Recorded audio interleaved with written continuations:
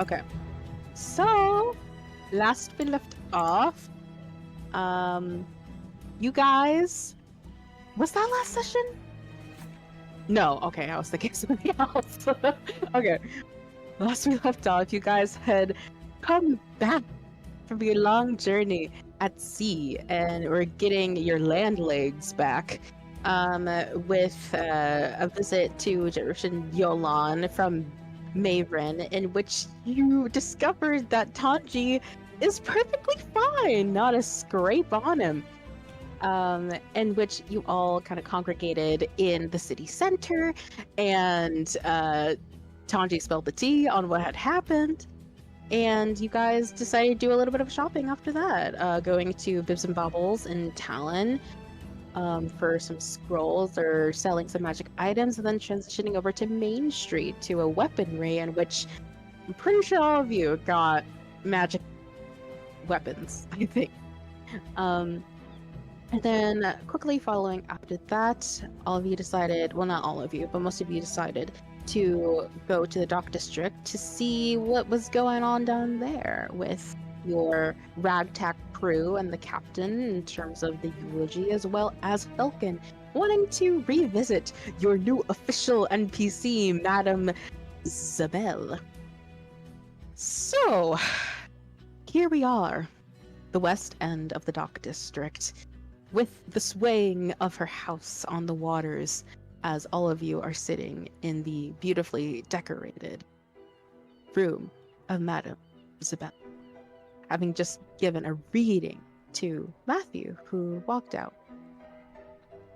As she sits there across from you all, and you stare back at her, and maybe a little bit of shock with his sudden departure. Is there anything else I can help with? If the rest of you wouldn't mind waiting outside, I have something I would like to ask her. Am I present here? I realize I left the tail end of this session, so I didn't hear Matthew's reading. As player, anyway. If you would have gone to the docks, oh yeah, because you would have, because you wanted to see about the charm necklace. So yes, you would be with them at this moment.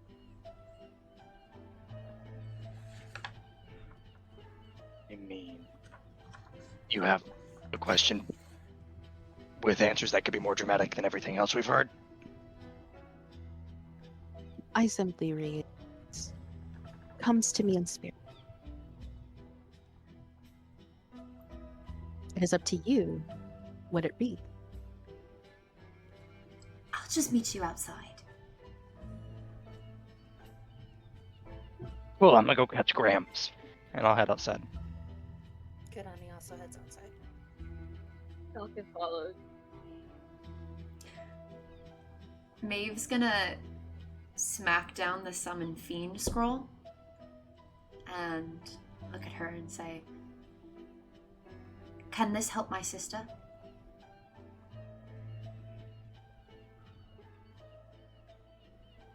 Come. Sit.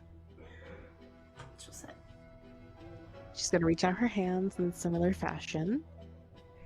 But this time, instead of resetting the cards down in front of you, she simply just sets the whole deck in the middle of this sort of oval that you've created with both of your hands. And she's going to close her eyes.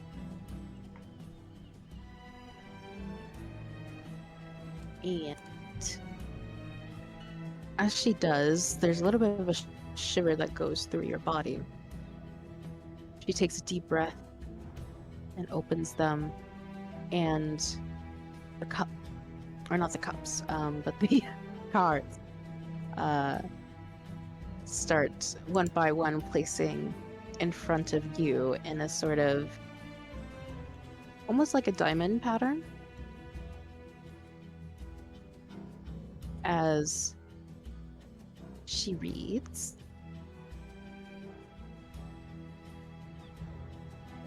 one second.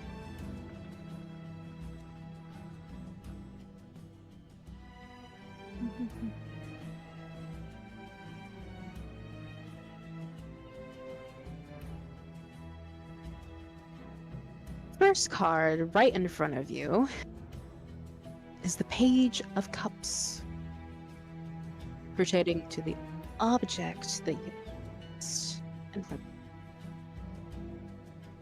you. The simple act of purchasing this means or calls for a sort of reflection and meditation pertaining to messages, but not the message that is written.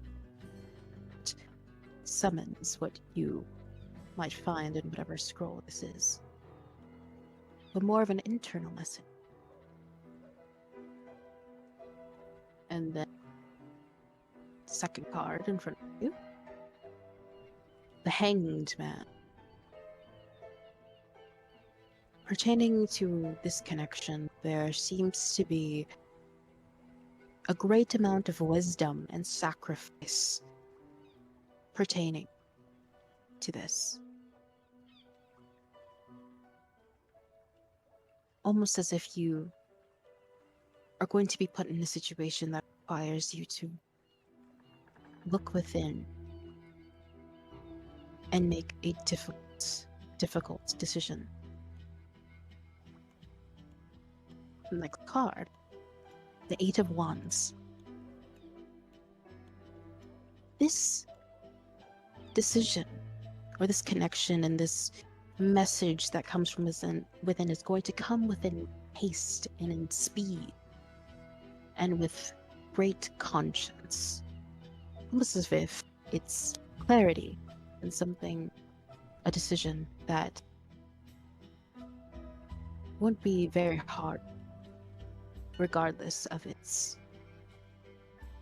sacrificial nature. The next card, Four of Wands. This connection that you have with this item and with your person. It is uncertain whether this will bring harmony and prosperity, but either way, it will bring peace. The next the next card flips over. The Ace of Wands. This is a rebirth happening. There's a death, that sacrifice that you have to make. There's a death of a perpetual and repetitive pattern that you've made with your connection or connections. And it seems as though this item will bring that forth to you. And the final card, the Two of Cups. There is certainly abundance here, but depending on what you choose in this sacrificial decision, this internal clarity, this haste, this peace, potential peace, equally will bring out an abundance of disease and sorrow. Disease of the mind, my darling. She lets go of your hands.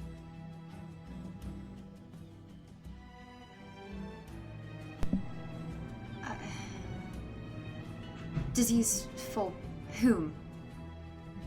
My sister or myself? Only time, but from what I sensed, this is a connection nonetheless of someone else cared deeply for.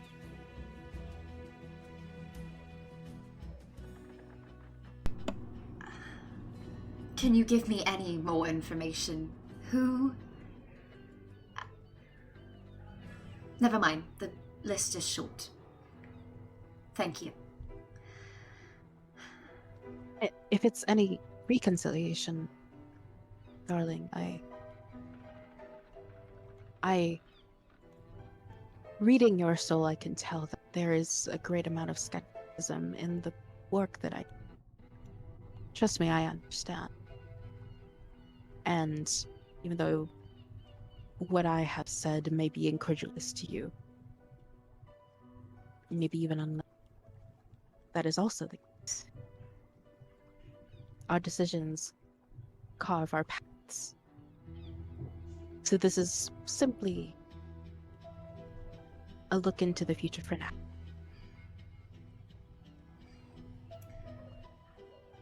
Thank you. What do I owe you? As I reassured your Dragonborn friend, I don't do this for money. Nothing is free.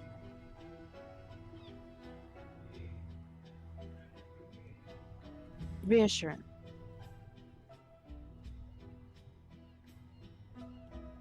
Thank you. She's gonna walk out.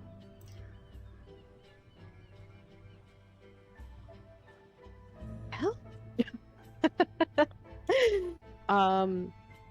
Nobody else is in the room, right? Right. Okay.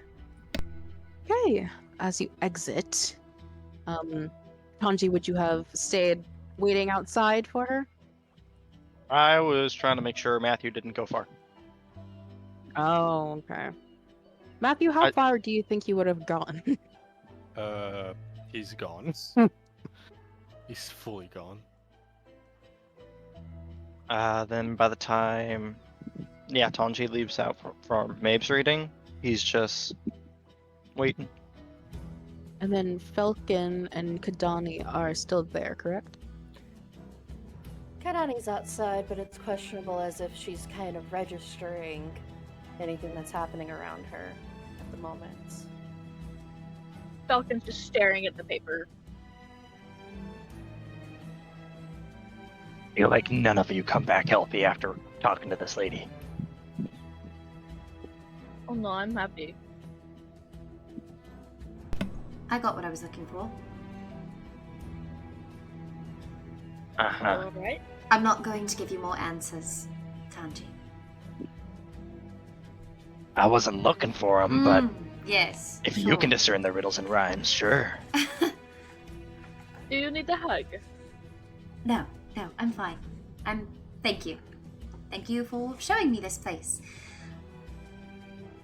Insight check on I'm fine.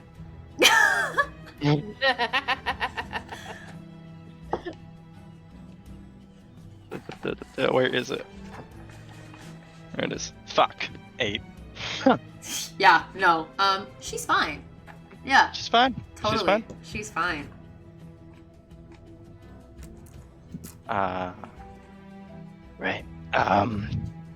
Kahdani, we need to go deal with that charm stuff, and then would anyone be interested in going to the library if we find the time later? Sure. Okay. We do need to make sure we have time to give our condolences to the victims and return the princess. Are we departing for the princess trip today, or is that tomorrow morning? Not today. Tomorrow morning? Yeah. Okay. Family, charm, kind of hand in hand. Check on Gramps and library. Gramps? Yeah, the old guy hobbling away. Who? Matthew? Alright. Yeah. Y'all can Oh, keep I up, guess right? Yes. I mean, I guess he's old, but Anyway. I guess he's old to you. Well, everyone's old to him. Yeah, that's true. Whoa! He's... Hold on. How old are you again, Tanji? That's not important right now. Sounds like a great plan. Good. Matthew's what, 100? No. Something like Isn't that. Isn't that how long you humans live? Well, You humans, sorry. How long humans live? some, but that would be the very end of the lifespan. Oh. He's not that old, Mhm. I don't think. How old is he? He's older than you, and he's older than Kahdani. This is And a by really my- good question. He's old enough to be a you too. grandpa. I mean, that doesn't make you concerned about it. So we were going to Corvale, was it? But we can't Man, how reflections ponder. Yeah, Corbin. And the docks. University's having graduation today. Would we be able to go in? Perhaps it's a better time than usual. I mean, plenty of people around. They won't mind a few more. Oh, during graduation. Doesn't that mean we might see your favorite students? I don't Might believe be they'll by the be name of Voltry. invited. I mean, aren't all mermaids banned at the moment? Oh yeah. Even for graduation, yeah. I would assume. All right. So, Go. Okay. Meanwhile, this is happening. We cut to our favorite Lizardfolk, Drench, who decided to depart from you guys and return back to the city hall, checking in on the medical unit. Okay, yeah. Cool. So in similar fashion, you meet the same desk lady who's like, yeah, go ahead, you're good. Walking down the halls to that same room that you were presented the other night. In which, coming to the same room, there is nobody there that you can see through the window to the office. However, the window to the examination room, Marcus Good's body is still there. What would you like to do? Before I do anything, I have a quick question. Yes. So, if I was to try doing spells, so like one of the spells I have lasts and it takes an hour to cast. But if I was to kind of incorporate other spells into like do a whole ritual, is that a thing I could do, or do I have to do them all separate, kind of a thing? If you're casting a ritual, you can only cast one ritual at a time.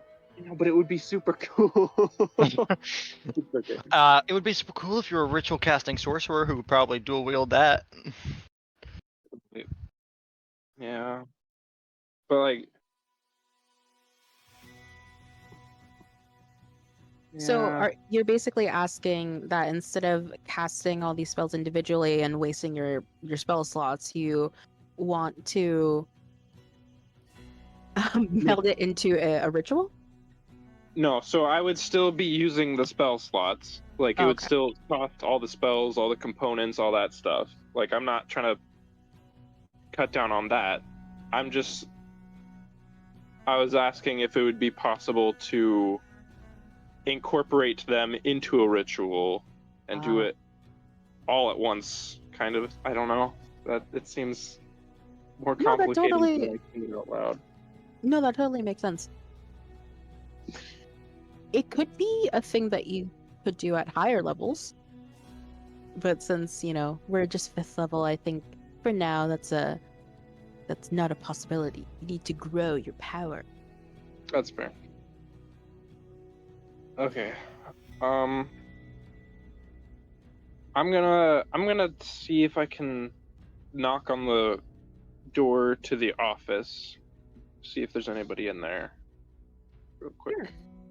When you knock, you don't hear anything. But the door does slightly open a little.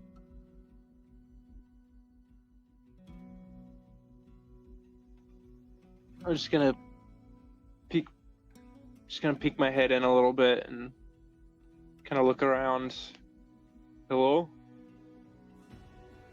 When you look around, you don't see anybody there. The lights are turned off, and the station that had all the buttons and switches and levers is currently unattended. But what's new there is on the little side table, which usually would be some sort of beverage, is a little tiny crate. I'm gonna try and look at it from a distance and then walk over and see what it is.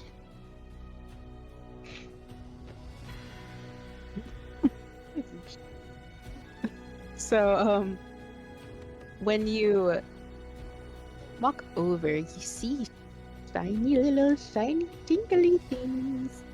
And the crate has a bunch of, seems to be like, almost like some sort of packing material, just softening material to hold delicate things. And right smack dab in the middle,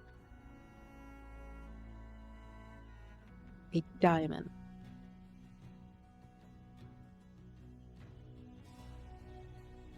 Is there any like letter or anything around, or is it just there by itself? Yeah, so right underneath the box is a little slip of parchment, seeming to be almost like a receipt that you can decipher a little bit from the common. I don't know if this is mine or not.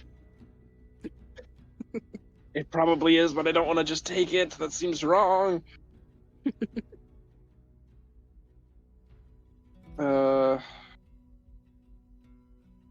There's no other doors. Like, there's no back room that somebody might be in doing stuff right now, right? Into this, Yeah. in this office. Yeah, so there's just the door that you came in through the hall, and then the door that goes into the examination room. There's no other entrance or back. No.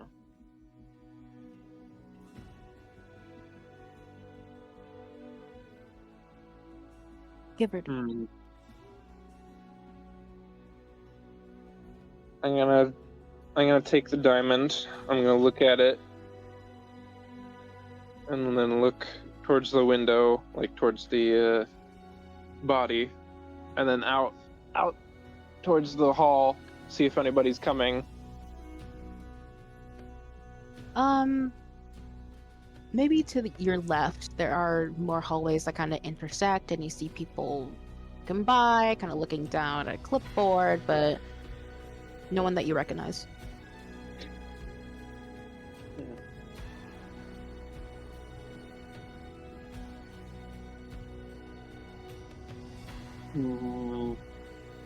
Would I know, like, would it... I did ask for a diamond, and I specified how much it would be worth. It would have to be worth. Does this look about that amount? It's a pretty sizable, like maybe the size of a fist. If you want to make a roll for it, you can to see if you can decipher that. I don't know. What would that be? I don't know. I almost said a sense. But this is not 3.5. Sense check.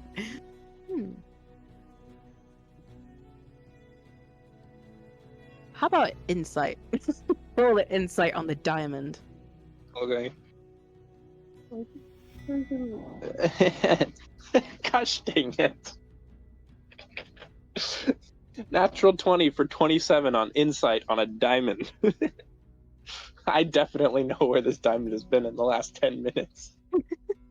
He's been doing some crazy stuff. So observing the diamond, you kind of pick it up, and it does seem to be legit in its weight, and then you fully just slam it on the ground to see if it breaks, and it does not.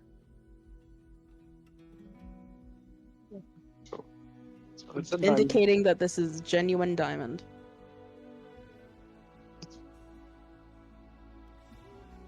Okay. All right.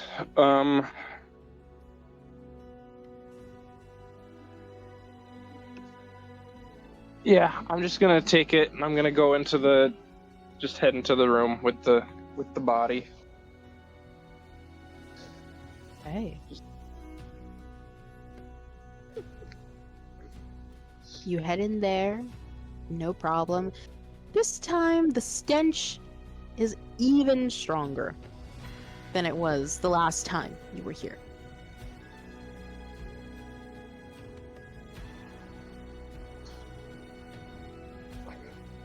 Trying to kind of hold my breath a little bit, not breathe as much. Does it look like it's decomposing, or is it just?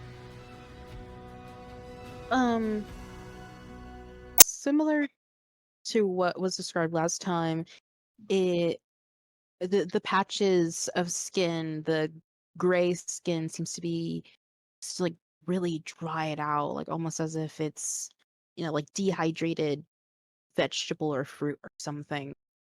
And the eyes are glazed over, and maybe there's a little concaveness in the chest region.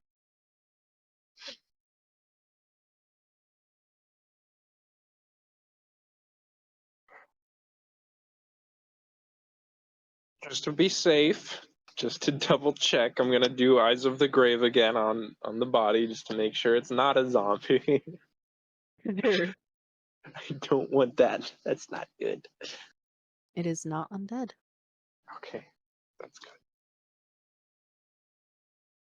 All right. Let's see.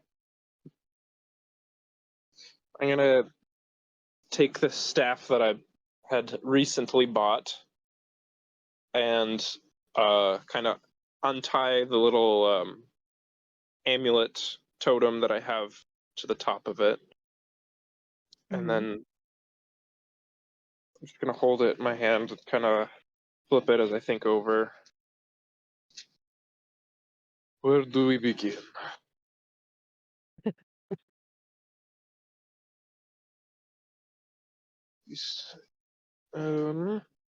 Let's see. He'd probably start. I'm just gonna on his arm again. I'm gonna just do Cure Wounds again to see if that does anything. Just cast a quick Cure Wounds.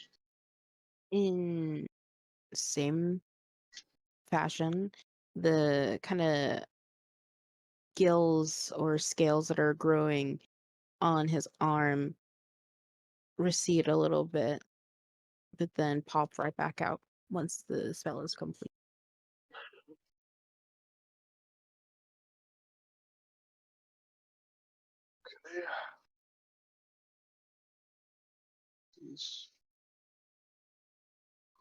Probably not that. He's just as he's thinking and like contemplating on what he's doing. He's walking around the body and like taking some of the little bits of components that he might have and like maybe a couple different herbs and stuff from his spice pouch and just sprinkling them around like the table around the body, just preparing and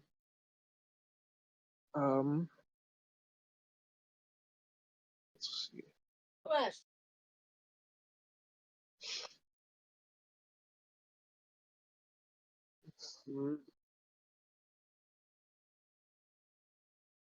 I'm gonna, as he does this, he's gonna place it on the chest where it's concaved a little bit. And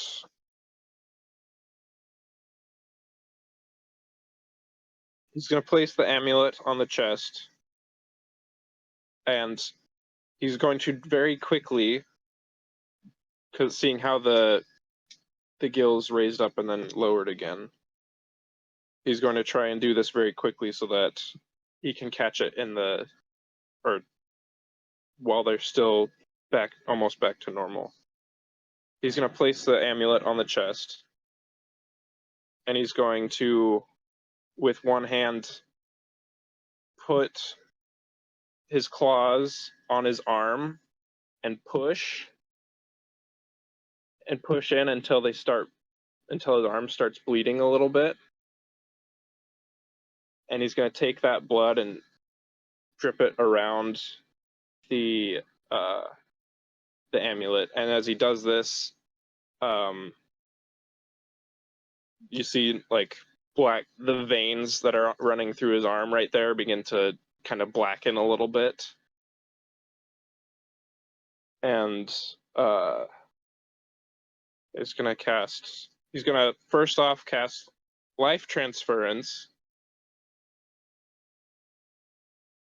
for the first part, and then try to, in as quick a succession as he can, with the blood around the amulet, cast remove curse. Is that an action? Yes, it is an action. What does that cost, though? Nothing.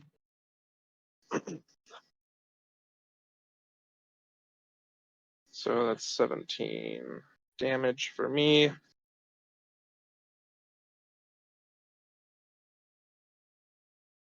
Whoops.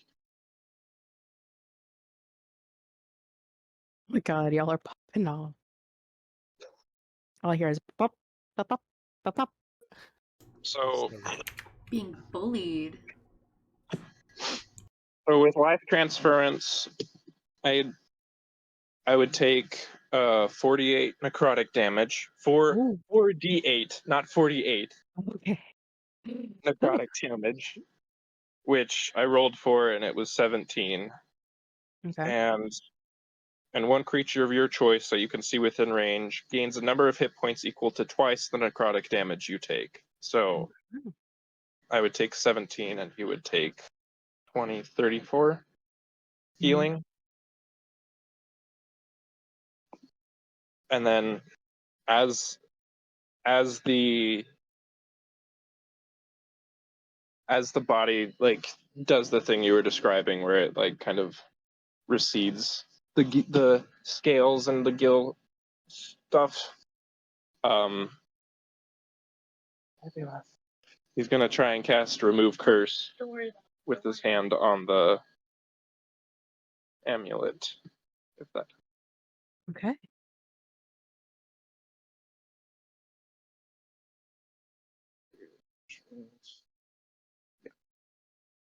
All right. Is that all? That's all he can do for right now. Okay.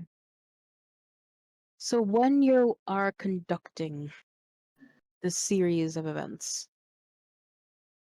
do you start to see a change and a shift in Marcus's body as the gills on his and scales on his arms and really patches on his body don't completely close, but they are now almost rehydrating the skin and the dermis as his chest starts to rise a little bit, and maybe the muscles that were broken down a little bit in his legs and his arms start to pump full of life again, and his eyes that glazed over white now is starting to turn into a bright blue. And then with a final gasp, Marcus stands up or sits up. Right. And in a dizzy, he turns to you. He's like, no, take me back. Take me back. I don't want to hear her anymore. Please, please. And he takes your arm and puts it around his neck. Kill me.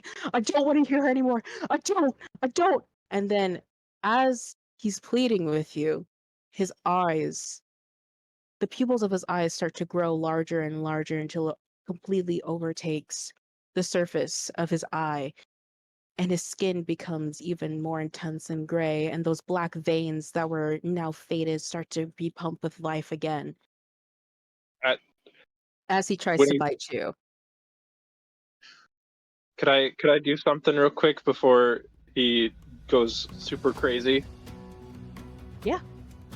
Okay. Why does that have to be one type? I'm gonna try and cast Protection from Good and Evil as he grabs my hand and puts it to his throat. I'm gonna try and cast that, but I just Aberration, Celestial Fae, Fiends, or Undead. Fudge! Is this Fae or Fiend? I don't know! So I don't think Elemental, definitely not those two.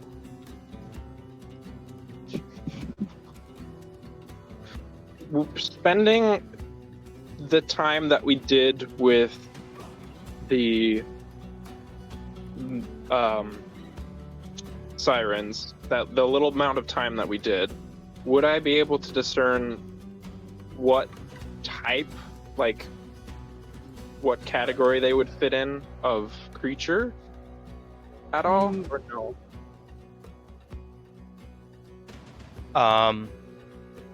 You would know from Tanji when Tanji used Hunter Sense on it. It counted as humanoid. What I got from Mia. Yes, that's what I was about to say. It is, yes, sirens and mermaids are humanoid creatures.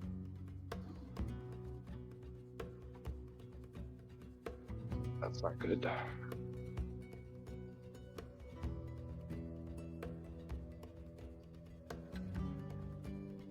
Oh wait. Doesn't count for freaking charms? Okay. Fudge. Why does it have to be? Why aren't humanoids in protection from good and evil? What the fudge? So he, with your hand around his throat, he then tries to snatch your hand away and bite it. Make a dexterity check. Check. Yes. Okay. It's 15. Ooh. Yes, you've saved it by 1.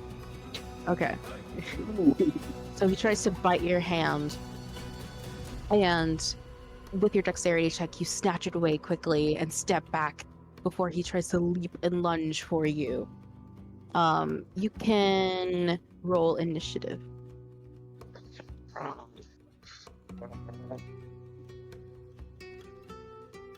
18.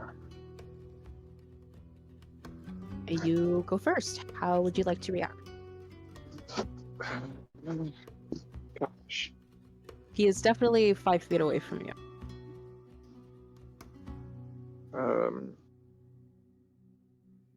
Okay. Fudge, that's not Quino. That.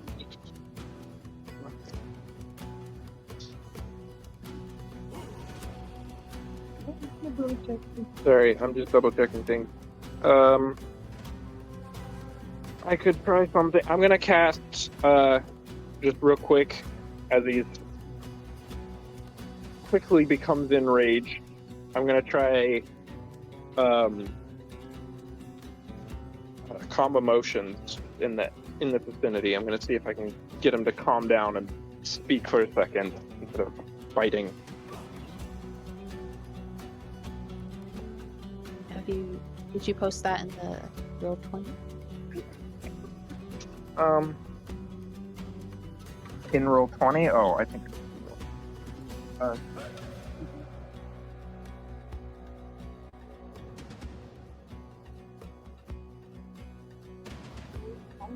Yes. Yeah. Okay. How do I put it in there? I don't know how to put it in there. We're not. How does one post? Hang on. So if you go to roll 20 and you go to the spell book or the journal rather, and then go to the search bar and look up the spell, and if it pops up, then you can click on it. Yeah. Covered it. Calm Thank you. emotion. Sorry. It's humanoid. It says humanoid. That's good. Charisma saving throw. Choose to fail this if it wishes. If a creature fails, choose one of them.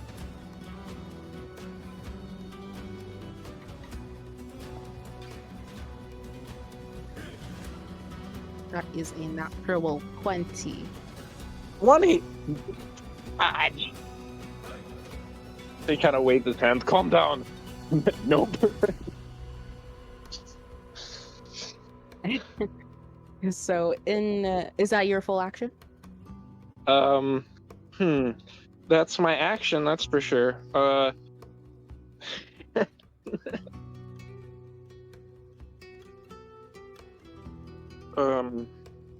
Ooh, fudge, I didn't. I just remembered something. Before we go any further, just to make sure that if this creature is dependent on what I healed it for, I forgot something. As a grave cleric, I have Circle of Mortality, which means I don't have to roll. Oh wait, hold on. Maybe it's different if it's to restore.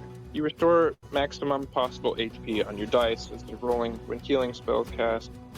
Okay, maybe that doesn't count for vampiric touch because I'm hurting that. Cool. So yeah, that would suck. Never mind, we're good. Okay.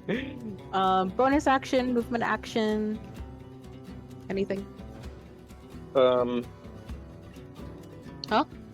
He's not dying, so spare the dying doesn't work. So no, I think we're good. He's gonna stay within the 5 feet to the feedback right. This is attack. Okay. Have a good night. Oh, this is my sister. Hello, Mila sister. Really? Hello. You did not see us. They all say hi. No, she's covering her face. That's why she. Oh. Yeah. There ain't gonna be no tornado. We're fine. She's a witness protection. Thank you. He doesn't want to be docked. Okay. Okay. Good night.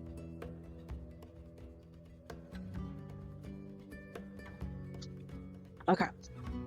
Sorry. So yes, with that,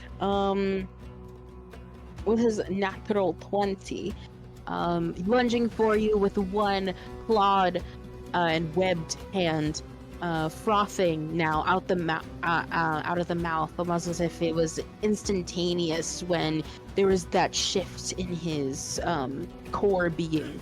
And he is going to try and once again just claw at you. That is a 13. 13 does not hit. Okay. And that is his turn. That's it? Yep. Oh.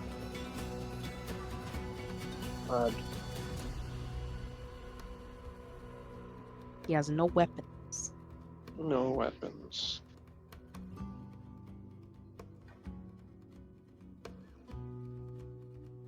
Emotions. Why are you looking like that, Brendan? Odd.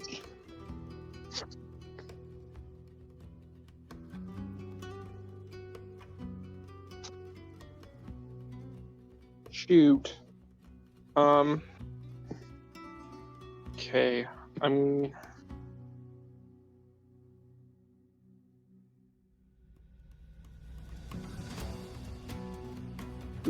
This is not what I expected.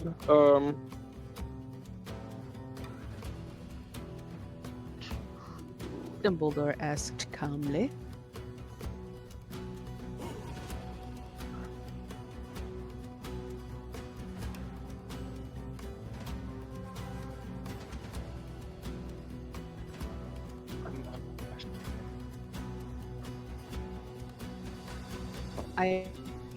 I lost for words. Do you need help with anything?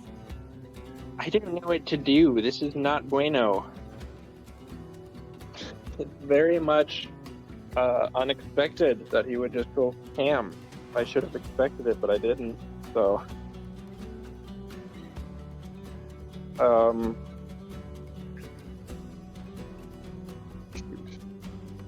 don't want to have to kill him again. I'm trying to think of things that don't involve ripping his throat out, but it's very difficult. Fudge. I'm gonna just try and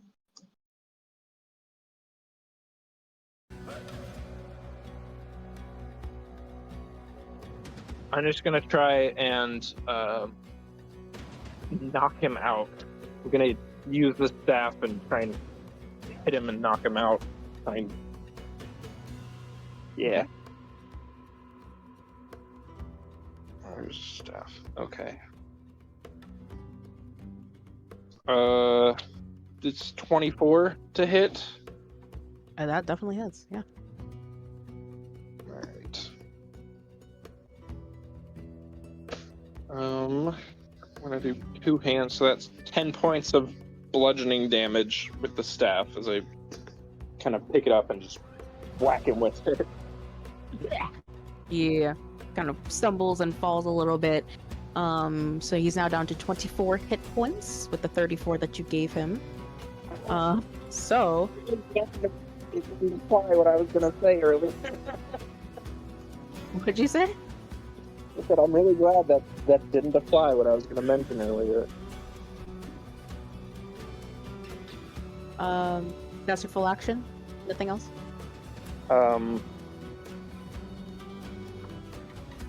Yeah. Yeah.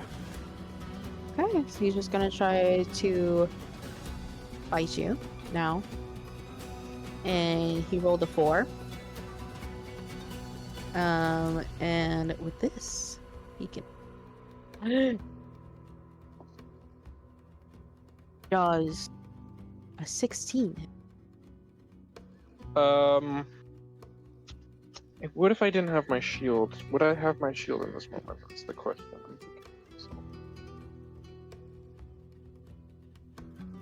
Probably. Unless I can get my shields off of my back within that. Yeah, no. Yeah, that hits. Okay.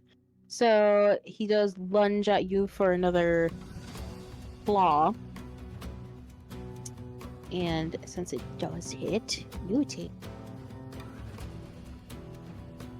3 points of slashing damage, as well as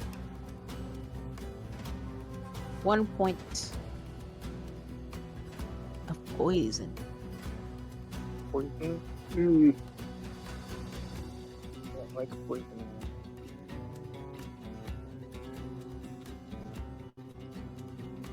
And that's his turn.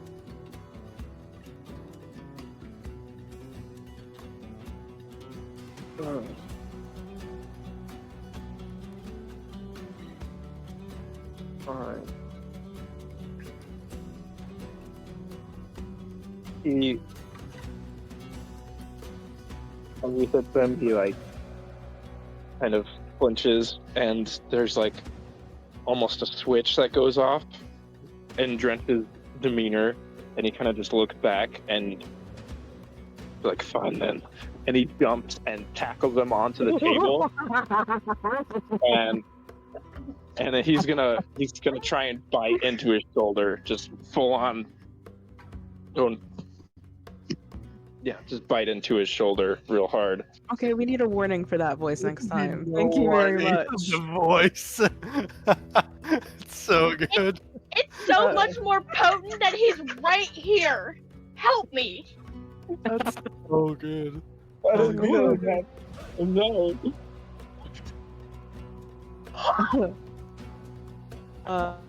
What was that? I was. God damn. What was that? What did you do? He's gonna like fling him onto the table, not to grapple him, but just to get on him and bite into his shoulder. Okay. So, did you roll for attack for that or grapple? Sorry. I'm not grappling him. I'm just trying to get a good purchase on his shoulder on him. But Okay. I rolled an 8 for 8. an attack. 8 for the attack roll. Yes. Okay. So when you get angry, and you lunge forward at him, he is pushed back a little, but then he ducks and having you kind of slam into the table yourself. And he is that your action, your full action? No. Okay, go ahead. I'm gonna use my bonus action for Hungry Jaws and try and bite at him again since I missed. Okay, go ahead. That one's a 17 to hit. That hits.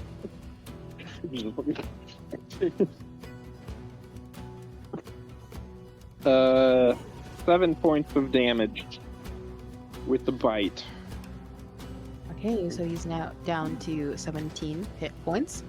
As you now return the favor and lunge at him, snapping on to his neck and pulling back, taking a little bit of the flesh, and the gash on his arm or his shoulder is now just pulsating with that black iridescent liquid now as it hisses at you and stumbles back a little bit.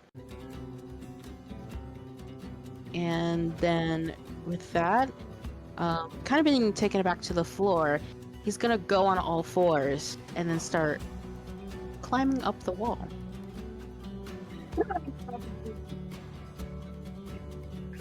And then looking back at you, gonna try to jump on you and grapple you. So I almost put this in my mouth to hold it. How does the grappling work again? Sorry. So basically, you need to make a. You need to make. Yeah, strength check. I think yes. Is it just strength or is it like acrobatics or athletics? I can't remember. I thought it was that before. Just strength, I'm pretty sure. Somebody can correct me on. If you are the one trying to grapple someone, your only option is strength. If you are the one being grappled, you have strength to oppose, or you can use acrobatics to like try and wiggle out of it. Yeah. So you have acrobatics or athletics as an option. But it is athletics because I'm proficient in that, and I would get better roll with that. Yeah, then go ahead. Okay. Fight back. 18. Athletics. As he bleeds, I just grab him and shove him down. You say 18? Yes. He got a 19. Oh no! I know, like Oh, no. just. Okay. So, you try to quickly move out of the way, being in front of the examination table, but given his angle and he has the higher ground, Anakin, and so he jumps onto you. And with that, he is going to once again try to bite you back. This is now just a vicious, primal, animalistic dance that you two are going through right now. That is a 12. 12 misses. Okay. And that's his turn. So with his kind of chomp, you're thrashing enough for him to be a little inaccurate with his biting.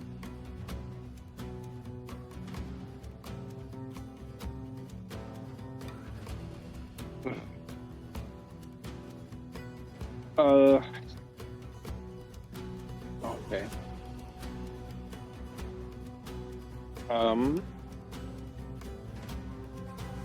And then you can use your action to try and escape again, if you would like. Alright. I'm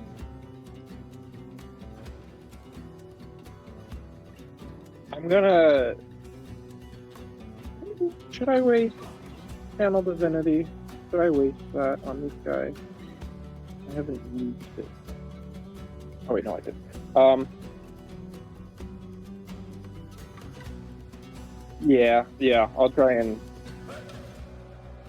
and break away from him, get him off of me. Okay, so we both roll again. Just strength. Yes. Athletics. Athletics, whatever. You know what I'm. What'd you get? 12. Got a 5. And so, with your final thrash, you kind of back up against the wall and pin him up against that and go forward and turn as he slides down the wall and gets back up as well. Any bonus action, move action?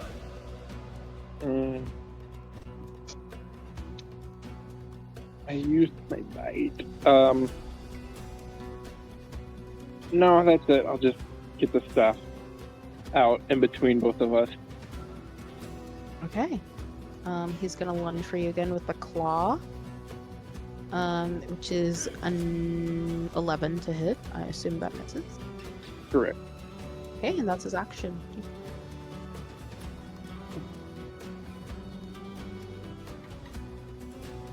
It would be really nice if I didn't waste all my spells on this little biscuit, because then I'd be able to use them to hunt. Yeah.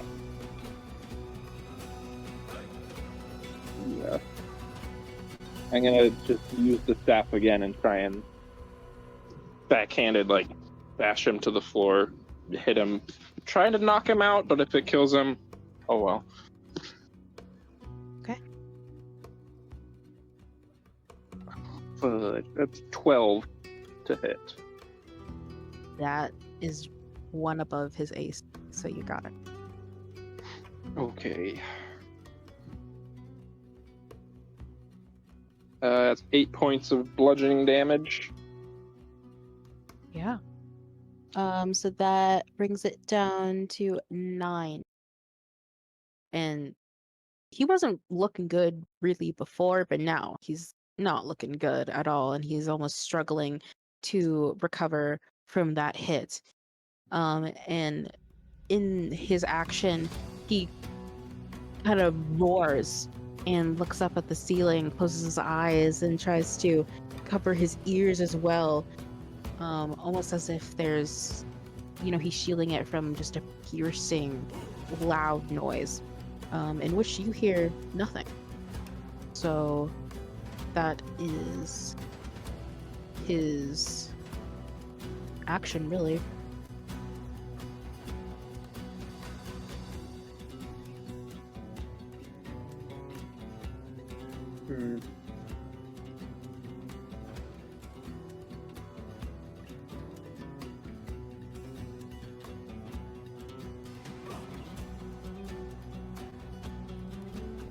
As he's doing that,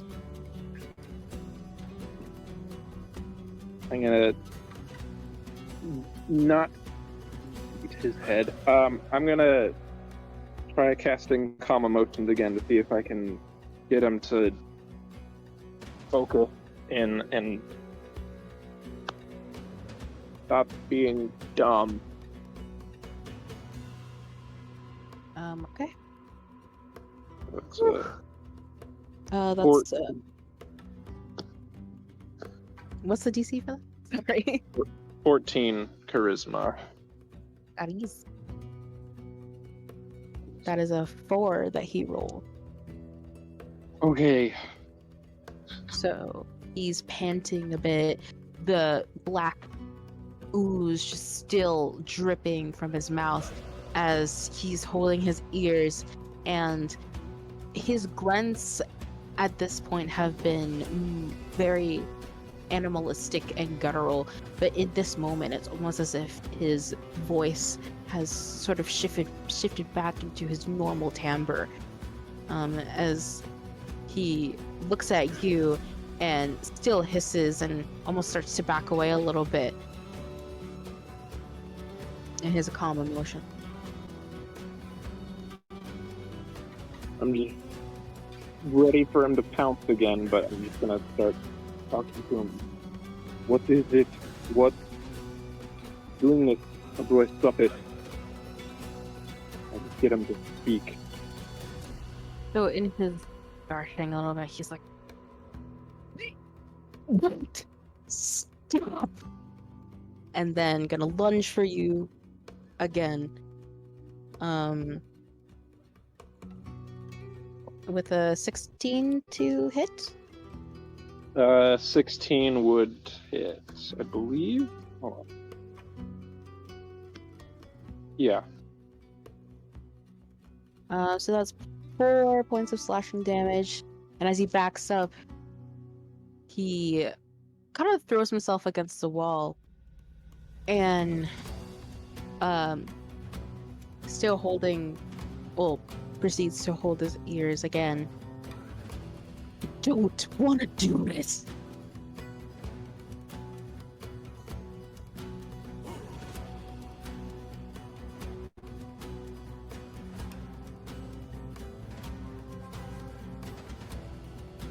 I'm just gonna be prepared in case he jumps at me again, just prepared to fight back, but I'm just gonna ask. Then how do I stop this?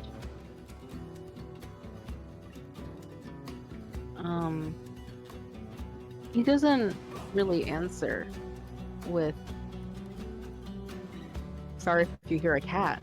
Doesn't really answer as he's trying to get the words out himself, but it seems like he's having a really intense internal conflict going in and out of himself and the thing that he's become.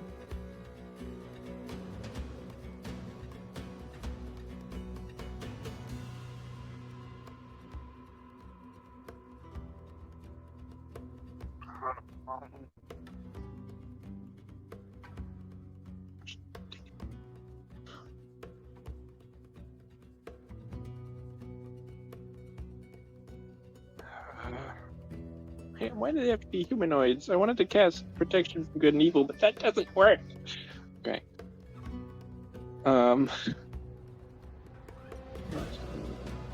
Lines up and presence. None of those things apply. God. This is very difficult for me because I don't want to have to beat the crap out of him, but it's the only option I've got right now.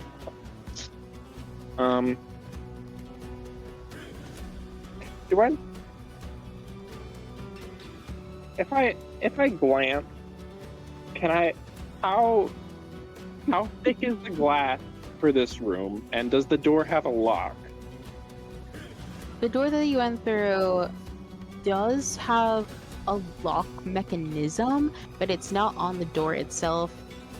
From what you remember when meeting with Dr. Solm the last time, was that he had to press a button in order for the door to unlock, for then you go in.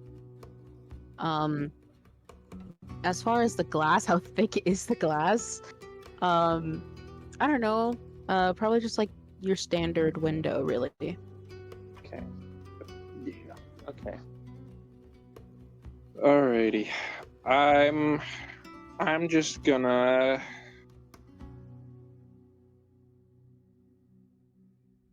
touch. Yeah, I'm just gonna stand back a little bit and just be ready in case he jumps at me again. I don't know what else to do. Okay, so he's thriving, and you know, in his struggle, he manages to get out. She calls to me, calls to us, and then tries to leap at you again. Okay. When he gets close, I'm gonna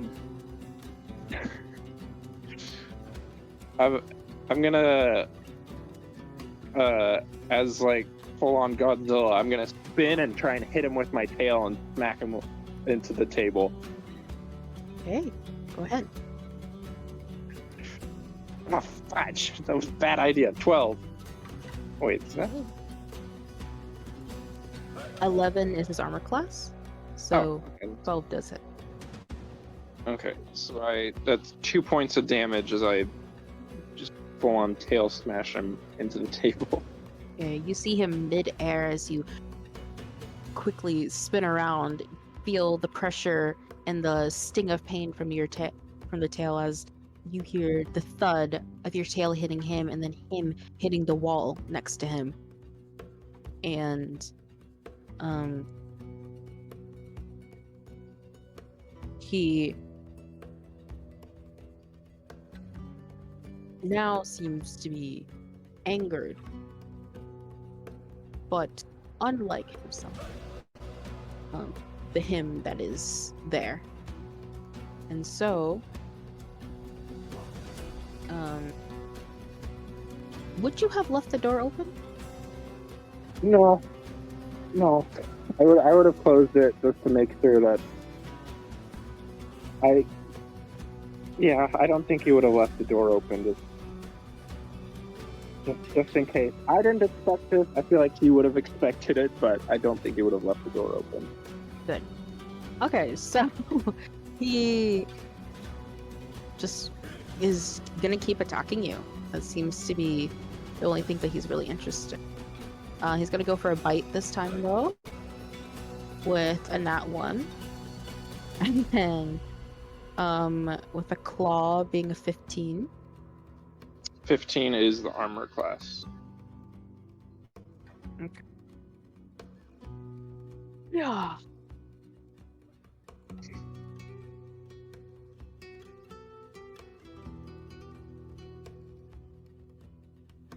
So 2 points. You know what? This should be something that I should. How do we feel? Do we feel if they hit your armor class that they hit or that they miss? If it meets, it beats, is the saying. Yeah, it makes Mm, yeah. sense. Okay, I didn't know if there was gonna be, because I've seen either way and it confuses me. So yeah, 2 points of slashing damage in addition to another point of poison damage.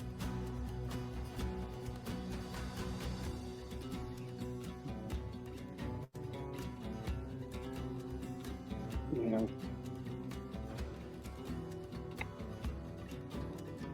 Well,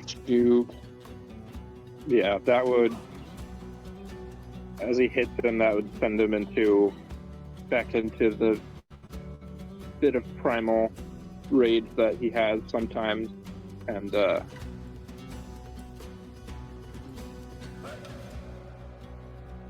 what spell is that? That's first. Okay. Yeah, he's gonna take. How big is the room? Would it be big enough to take, like, to be 10-ish feet away from him if I was to back up a little bit? Yeah. Okay. So I'm gonna try and back up and get to the point where he is in between me and the table.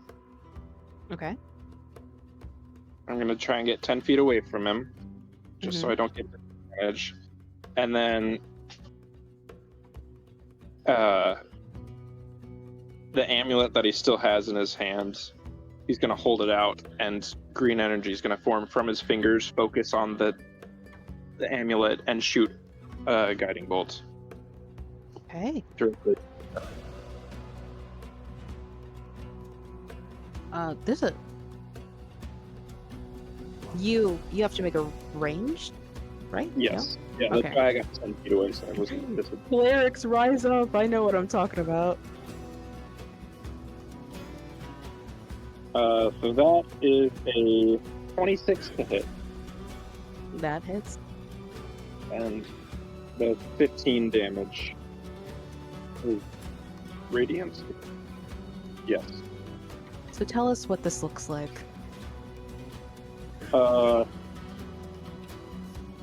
It looks it's almost like water. It looks kind of like water as it forms off of the back of his hand and across his fingers, and it focuses on the totem or the amulet. It looks like a kind of murky green color, and as it shoots out, it it looks like, best way I could describe it, it looks like swampy, mucky water as that kind of funnels into a point as it shoots out from his palm. And when it hits, it is guiding bolts, I guess that was the thing. When it hit it, I guess if he's not dead from this, then as it kind of splashes around him and does its damage, the water kind of turns to fireflies-esque as they surround him and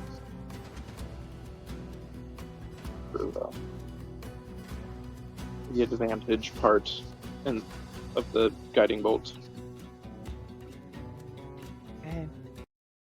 And with that display of your magic energy, you see this happen and he fully just folds and cripples to the ground, falling once again dead.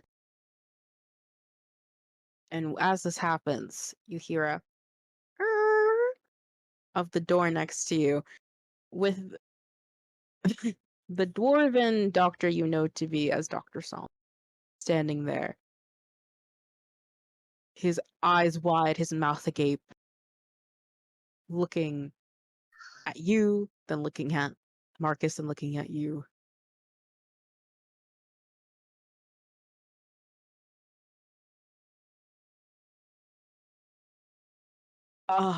Are you all right? What happened? I'm gonna put my hand over the puncture wounds in my arm that I gave myself and just do a quick cure wounds as I'm like, they are not themselves anymore. I thought that the specimen was dead. Did you? They are not dead. They were more of sleeping, Fully. as it were. A vegetative state, you say? This adds more to the experimentation. And he turns around and hops onto his little desk.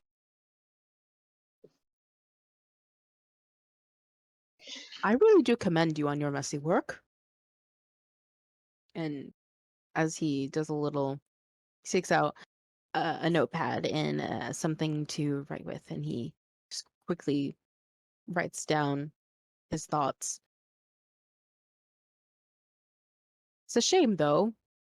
A couple of my colleagues wanted to observe you in your unconventional techniques. I probably would have been fine with that if it had worked. More glad that they did not see, because that was unexpected.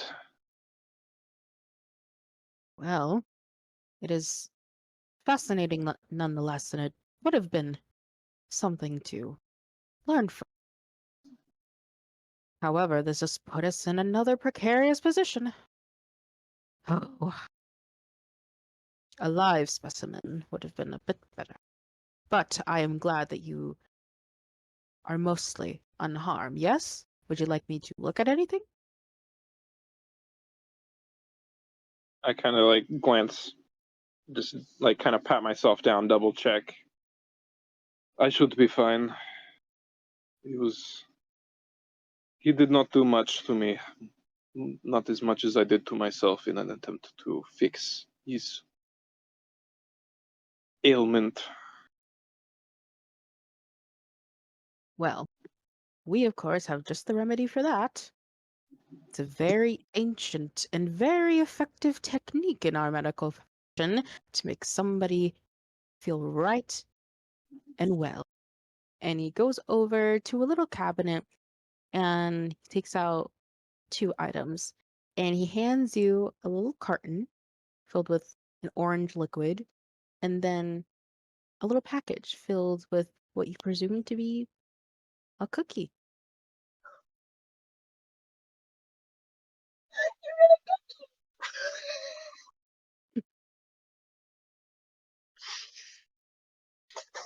This, my good sir, has healed the most injured of warriors.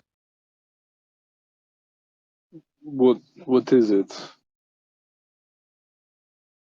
Well, you'd be amazed at how much cinnamon and squeezing a fruit can do.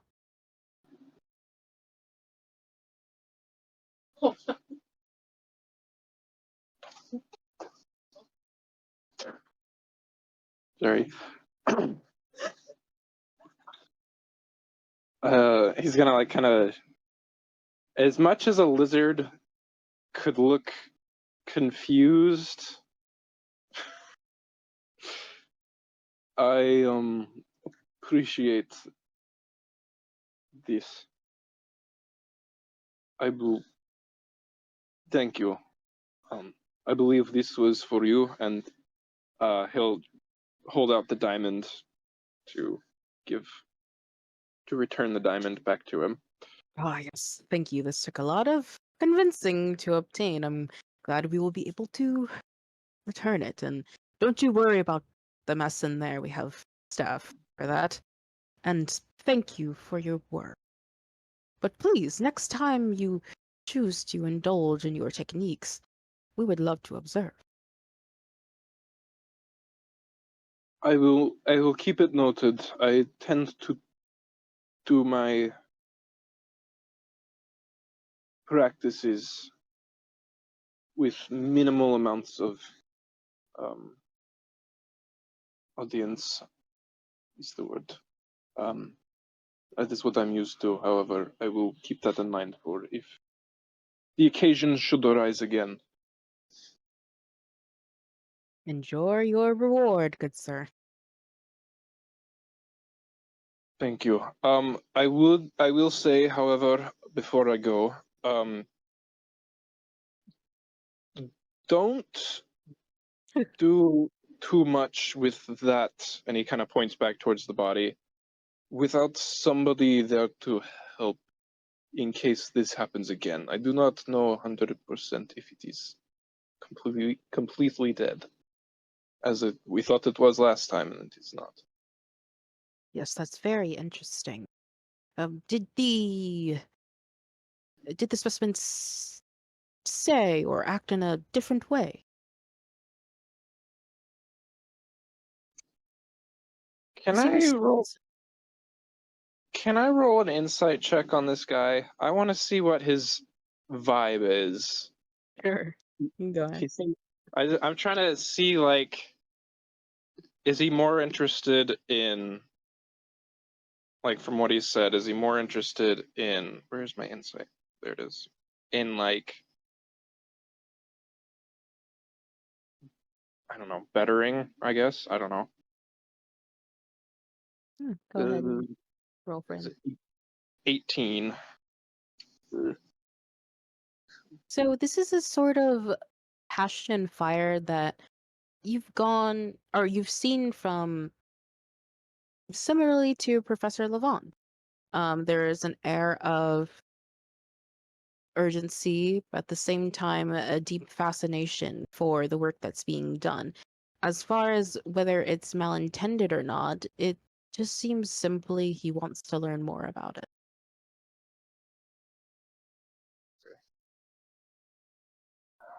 He said a few things. Most of them were not entirely reasonable. I could not make out some of them, but he did say a few things. He spoke. Very, very briefly before he went back to a more chaotic side. Well, that is an altered variable. We cannot get any sort of verbal or even physical response out of him.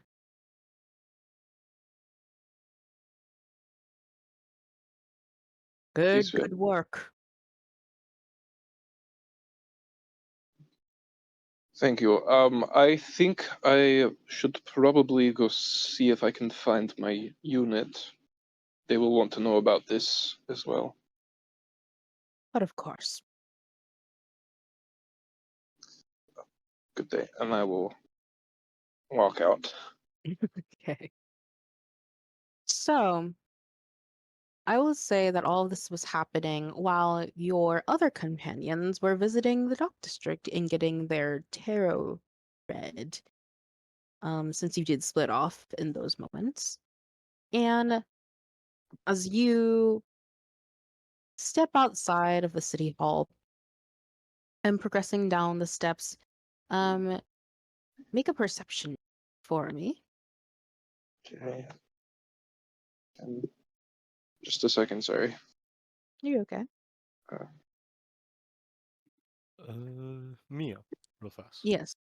At the end of that event, as well as the reading, what time about is it? It's about late mid-sun at the moment, so our equivalent to like 4 or 5 o'clock. Thank you. 15. Okay. So in the crowds of people that are now starting to go home, you assume, as the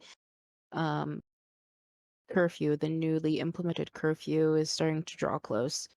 Throughout in the crowd, you see the familiar cherry colored hair of your companion Maeveryn, as she is also traveling with Kahdani, Fellken, and Tanji.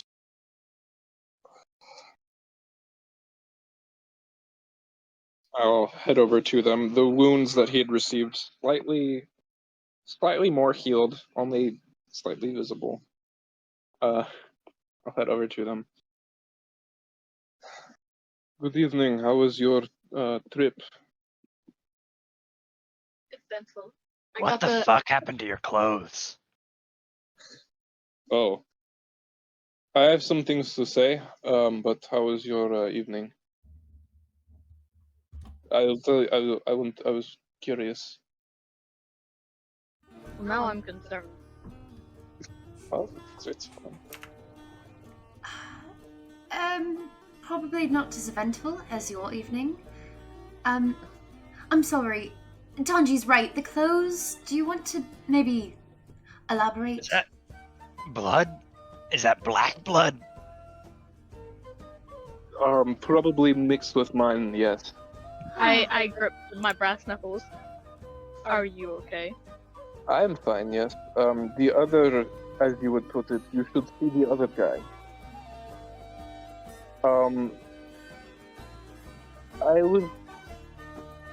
I've been called in a day or two ago to take a look at the body of that fellow that we had brought in, the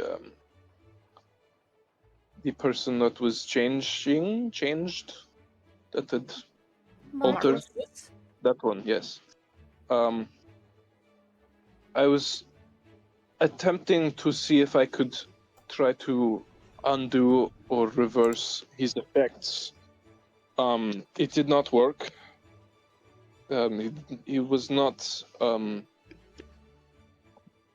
He was not happy after a little bit, but for a moment he was himself. Did he come back Did he and say zombie? anything? Yes and no. He did not. He was not undead. He was just Aw. different. He did say things. He want. Am I amusing to you, Tanji? No, this is Michael laughing at Kahdani. Is he a zombie? Is he a zombie? No, it's the fucking oh point.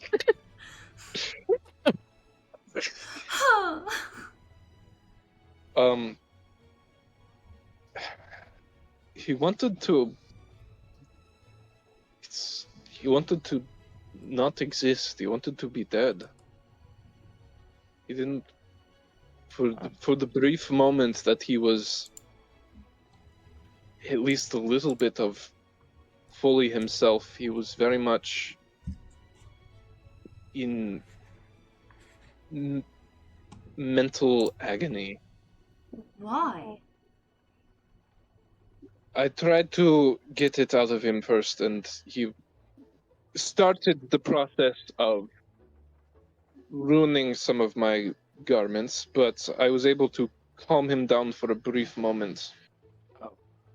It seems as though himself and possibly the others that are like him, his condition, are connected to this being that began this. He was very much saying that he was being called for, and also that they were being called for as a... He said we are being called for. Like Really? the sirens we're calling? I mean, we haven't had any physical proof to connect the sirens yet. That's the leading theory. But we've had no hard evidence. Also, don't worry about your clothes, just get some lemon. Oh, they are... Believe me, they have been lost. Isn't lemon what they were using at the bathhouse to clean the spots off the wall? Well, there's some other ways that you can get rid of blood in clothes. Yes. I'm concerned as to why you could only know that, because you seem like you're the one who wouldn't know that. Looks can be deceiving, can't they? I mean, take a look at Maeveryn. No, actually, that checks out. What? These two look like the sweetest people. What are you talking about? Thank you. Which one behind Look at Kahdani? them. Smack. I will throw you. I will throw you. I still haven't These are- forgiven you for what you did, jumping off that bloody boat, and you want to stop pushing my buttons? Still on that. Yes, I'm still on that. That just happened. Like yesterday. It's fine. Anyways. That was over the course of multiple days that we thought you were either dead or going to be dead. Forgive and forget. I was in the process No. of telling your parents that you were dead. You had not confirmed that. Tanji, one more Yeah. word, and you get thrown. The only question is Dawson. by whom. I go to pick him up by the shirt. Put him down.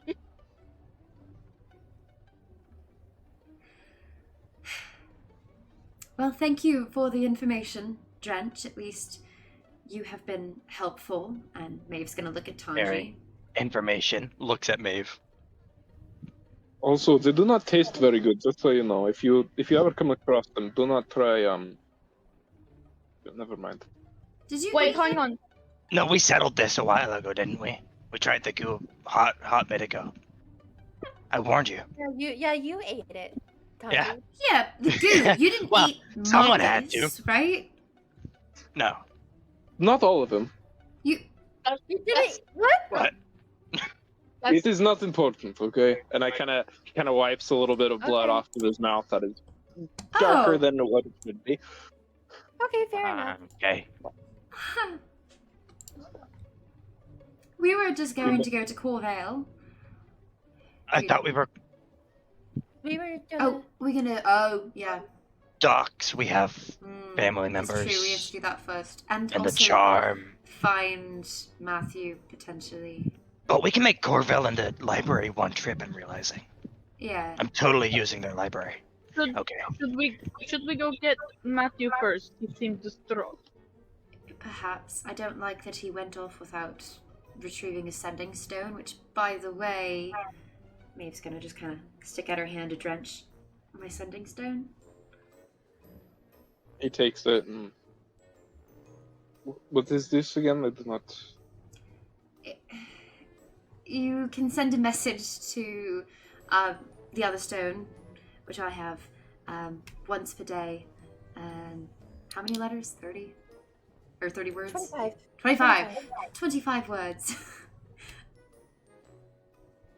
So, Okay.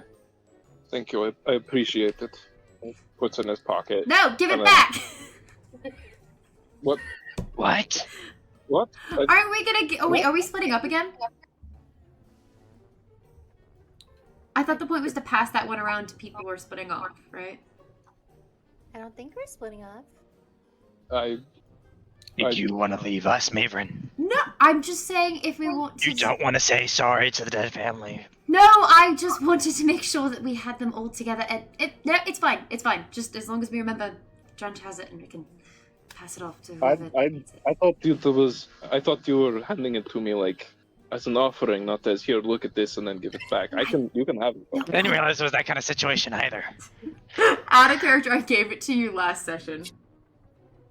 Oh, So you're taking this from me? are you giving me another one? Or... No, I'm taking it. I was asking for it back. Why are you in his pocket? I'm not in his pockets! Man, she has really good sleight of hand. I did not notice.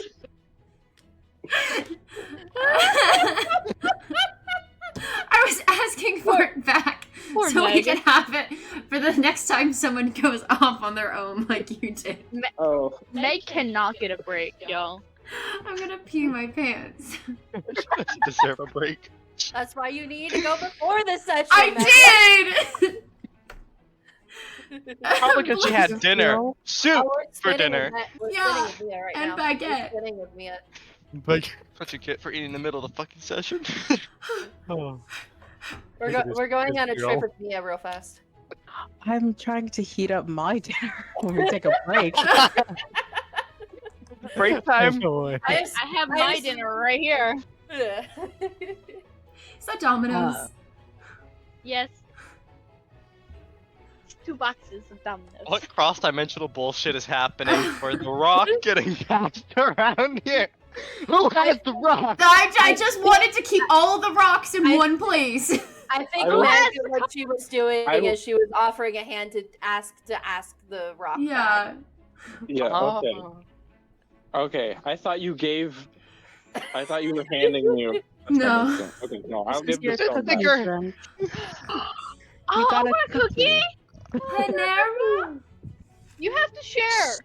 No brands. I mean, Yes, Drench has to Barbara? This is your cookie. share.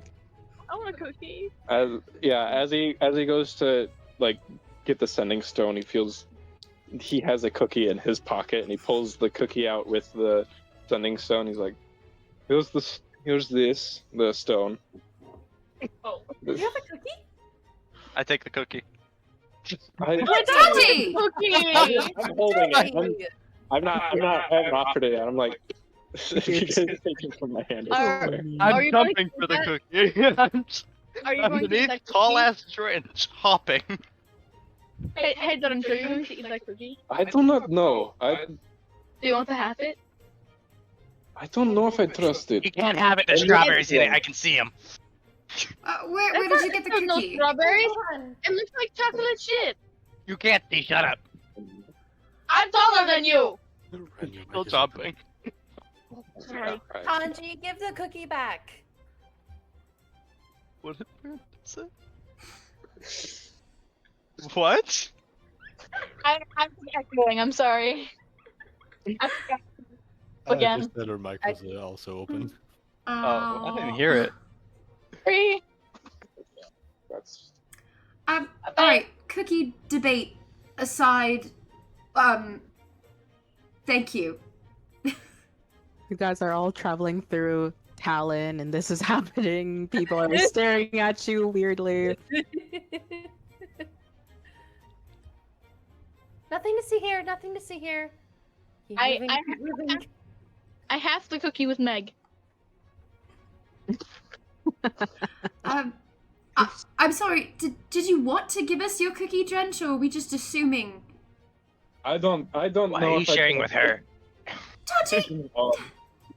What? Maeve's gonna break her piece in another half and hand the half to Tanji. We just start breaking it in halves and give it to everyone. Yeah. Except for Matthew. Womp womp. Do you all eat the cookie? Yeah. It's in my hand. Yes. Drench does it. I don't know why. I feel it's very much A Drench doesn't eat it. Well, roll Constitution. I'm joking. Ah! Yeah, can alligators have chocolate? I mean, he's not allergic to it. Just strawberries. Are they like dogs? Will it kill them? Oh. You can't have chocolate. Give me yours, mate. Surviving all of that, only to die doing chocolate chip cookies. No, Michael. Michael, you did not say that. But when you guys eat it, I mean, it tastes like a pretty decent cookie. It has a pretty heavy dosage of like cinnamon and maybe some ginger. What about those squeezed fruits? That was for the orange juice he obtained. Oh, okay. Okay. Thank you, Nothing. Drench. Thank you, Drench. You are welcome. Do you want some? I can smell it, and anything that smells that strong of something, I do not trust. It seems very much hiding something. It You probably must is not something. trust Tanji then. Well, do you want to use the community kitchen and cook some cookies later? Or bake some cookies, not cook cookies. Is there a Is it a community thing? I thought it was. I went there one time to make stuff, and it was very. It seemed very crowded. Like there was a bunch of people that were. Yeah, but we could go later when it's not mealtime. That's. I would be okay with that. That sounds fun. I have not cooked something in a little bit. I enjoy doing it. Damien loves cooking. Yay, group baking time. Anyway. To the ducks. Well, Corville. Oh, wait. What? No! I thought that's what we were doing. Wait, what? Not yet. Not yet. We're dealing with the families of the deceased and the charm situation. And the charm. And the charm. Then Corville. Oh, okay, gotcha. So then you guys wouldn't have left the docks at all. I thought you guys were going to Corville after the readings. Sorry. I think you. Okay. Well, traveling through the dock district instead of Talon, my bad.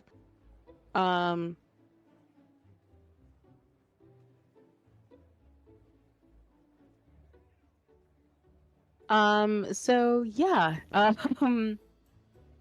traveling through the dock district, you come across the multiple rows and factions of parking docks where you see multiple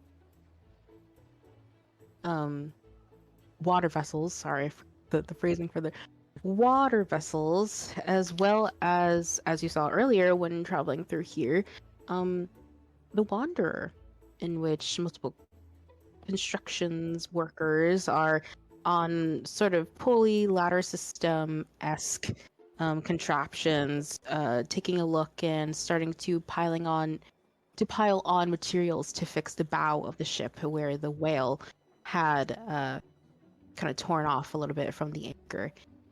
And sitting on one of the wooden pillars that come up and support the docks, you see Captain Jane Shar, kind of just looking in her usual getup, a little more refreshed seeming today.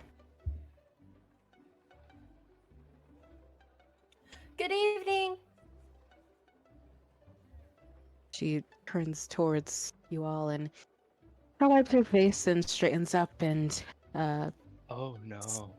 stands up from the pillar and walks up to all of you, goes, Captain. all is somewhat. Apologies. It's been a long time since she's been banged. So it gives me a little.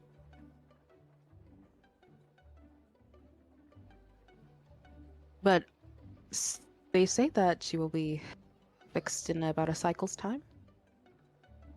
That's Some semi-quick recovery. I did address and say hello, Captain. I said, afternoon, Captain.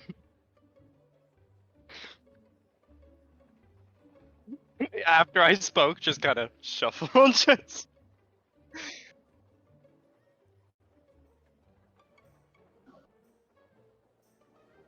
Yep.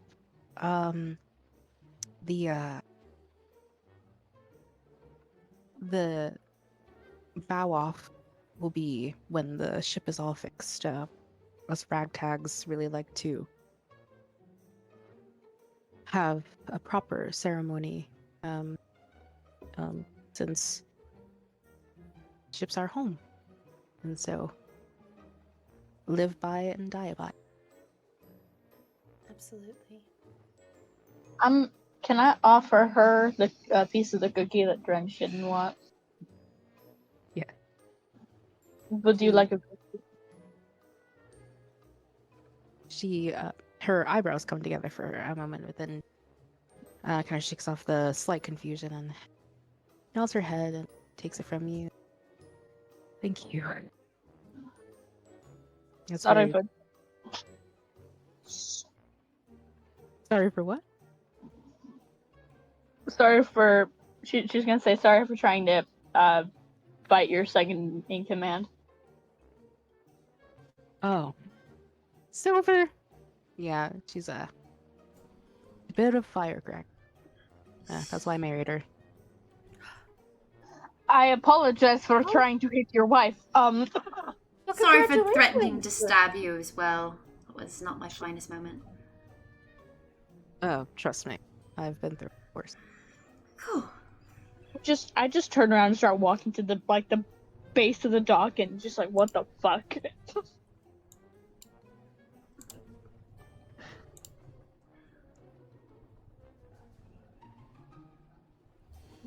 Is Michael okay? Yeah, you okay, Mike? I thought I was unmuted. No, you were How? frozen. Oh, it's frozen? Yeah, you were just sitting here like. You were just like No, Tanji asked. kind of through ninjutsu. So on my face. Maeve and Fellken, after they say both those things, why the fuck would you do either of those things? For you, dumbass. Yeah, you know, our one of our partners jumped off a boat the other day, and we thought, oh, I don't know, that he might die out there. The little guy's not dead. No, he's right here. Huh. Hey. Don't do that again. It was a surprise. I've been told. Several times. He's been punished. I've been responsible for enough deaths, and yours did not need to add to the plate. Especially out of idiot behavior. You said it. Anyway, we found some things. I think I gave him to Kahdani, though. I think I gave the truck to her. Did you? Oh. We found Tanji found a charm bracelet, and we believe it belonged to someone of the crew. And I was hoping maybe you might be able to tell us who, so that way today, because we're going to be going to the families, we can give it back to the rifle families. She takes it and inspects it for a moment. I'm actually gonna have her roll for this. All the way over here.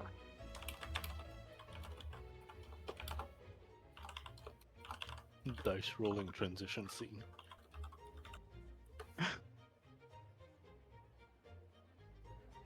She inspects it, puts it up to the sunlight a bit, and knits her brows together again and shakes her head and goes, I don't recognize it, unfortunately. But the craftsmanship seems to be of this continent. In North and South Sodden, we don't really use silver. I mean, it was in the wreckage. It had to be somebody's, right? I don't deny that. Not all of my crew are from North and South Sodden.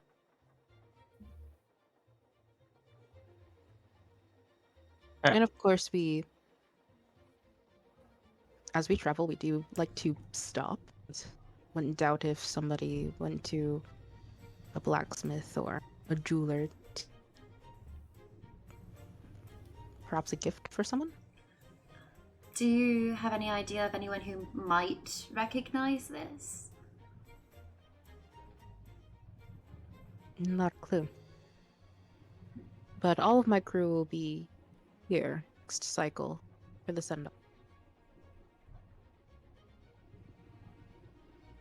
Aye. When exactly is that send-off?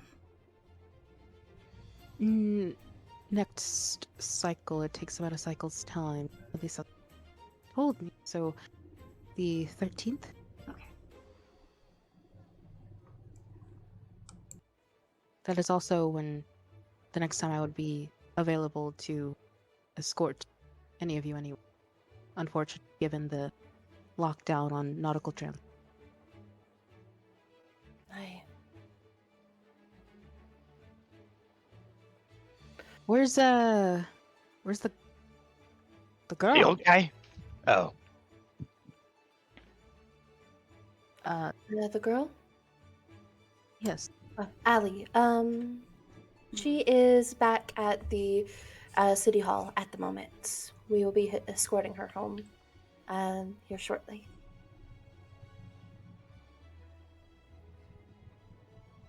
I think in terms of this necklace, seeing as we don't know as to who it might belong to at the moment, would it be advisable, or would you consider it to be the best choice to leave it with you, considering that this ship is a family, and since we're wanting to return it to family, this would be the closest we know as of right now.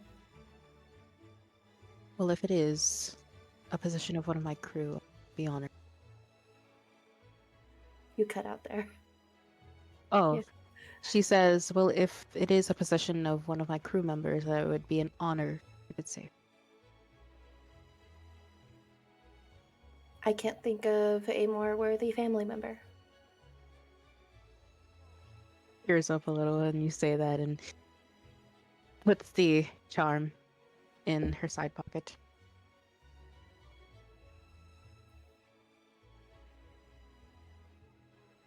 Well, I will be around here in these parts if you need anything else from me while the ship is in repair. Great, thank you. Thank you all.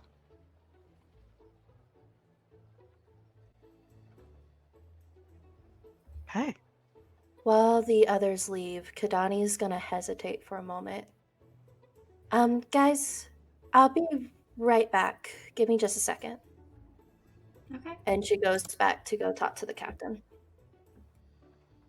Captain, real fast, I do have a question for you. You said that you have encountered Lady Luck twice before, correct? Yes, despite her name, it is unfortunate to run into her.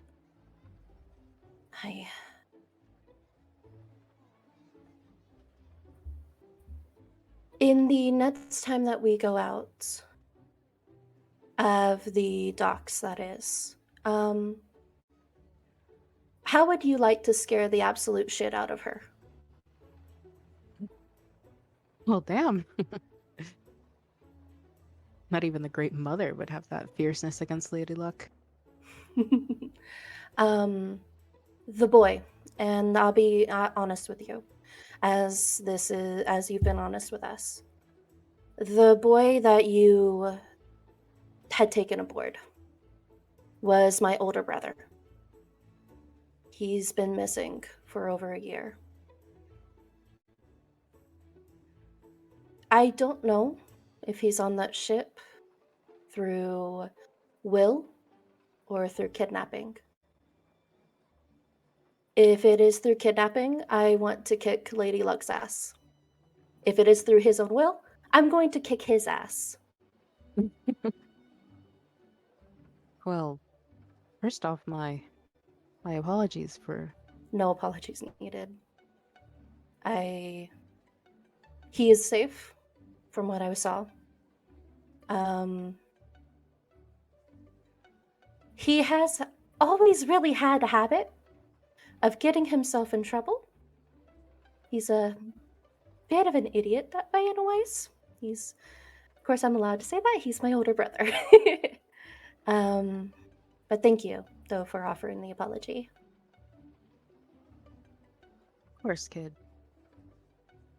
Well, first off, when it comes to Lady Luck and her crew of nasty, they have never played fair. That little fancy trick that they did was their illusionary spell that they used to cloak their ship in order to sneak up victims.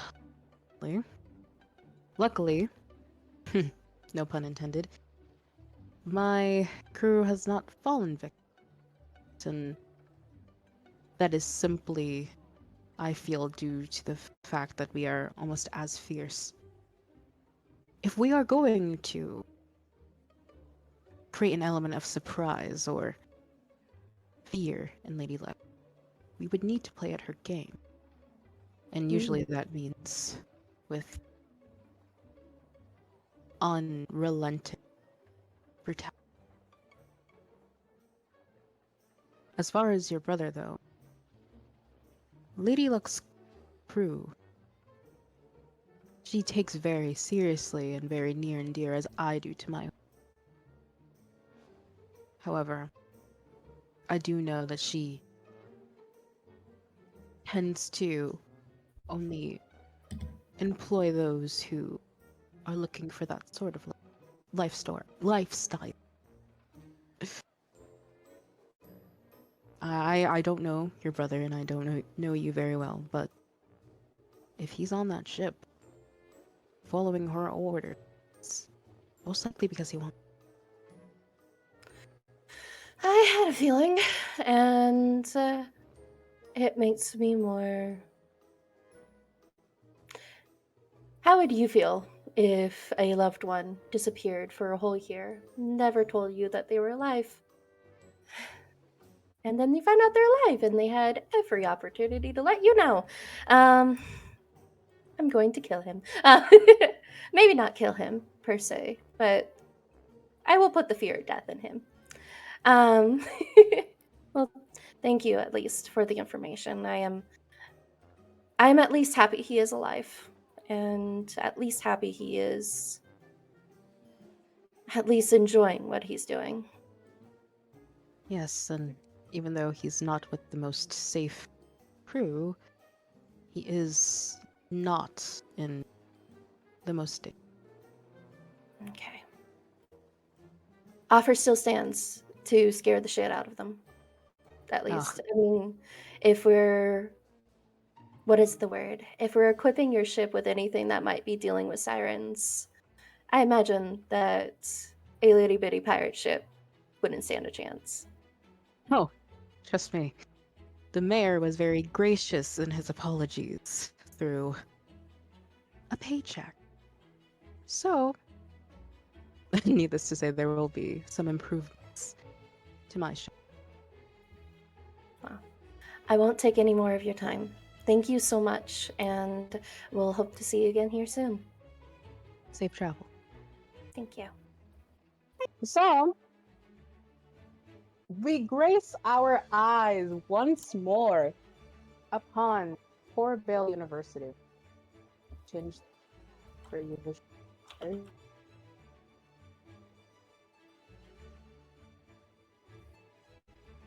Wait, did we want to check on Matthew first? Or did we decide we're letting him go? I can tell him to meet us here. There's no guarantee he's going to. There's no guarantee he'll listen. Well, Meet up at Matthew's house? We might be here a minute.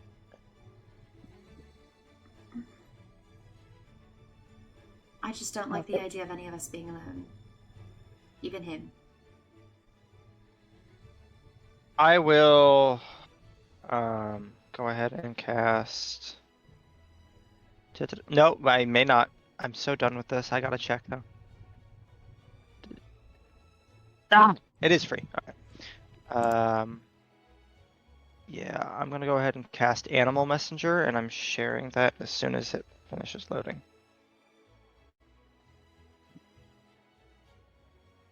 Animal message? Animal Messenger. Oh.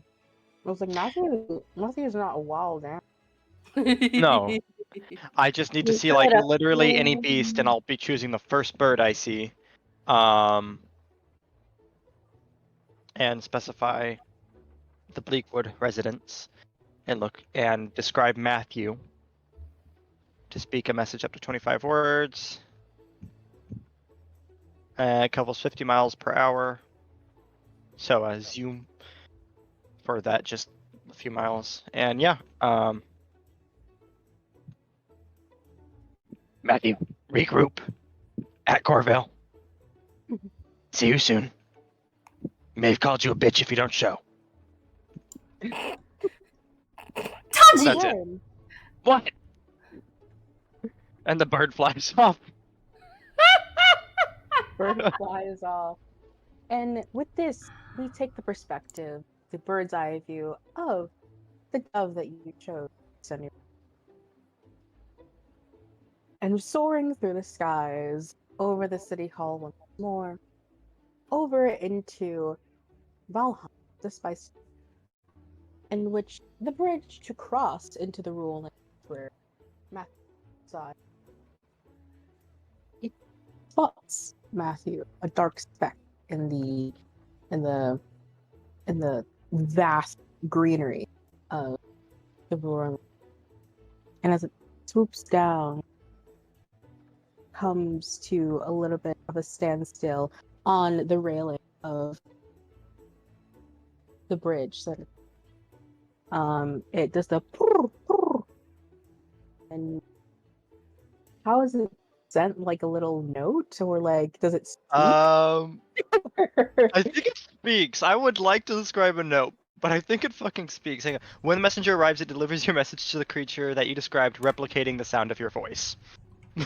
Okay, so Matthew, as you're walking, tell us what Matthew is thinking. Matthew is currently slightly dirtied. His heart is still pounding from the situation. Still has some sweat, and he's almost aimlessly walking towards what will be his home. Okay. As you're about to step off of the bridge into the rural lands, this bird comes into view, a white little flash, in your perspective. And as it catches your attention, it just opens his mouth, and then you start hearing a very familiar grungy voice through with a message from Tanji, and then it cutting out at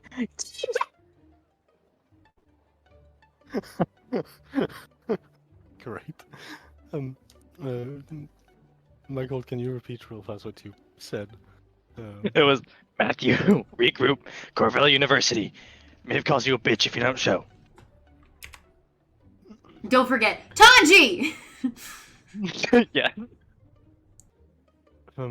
Upon hearing it, the voice of Tanji and Maeveryn from that bird, he'll stop walking before continuing to advance and still aiming towards his home at the moment.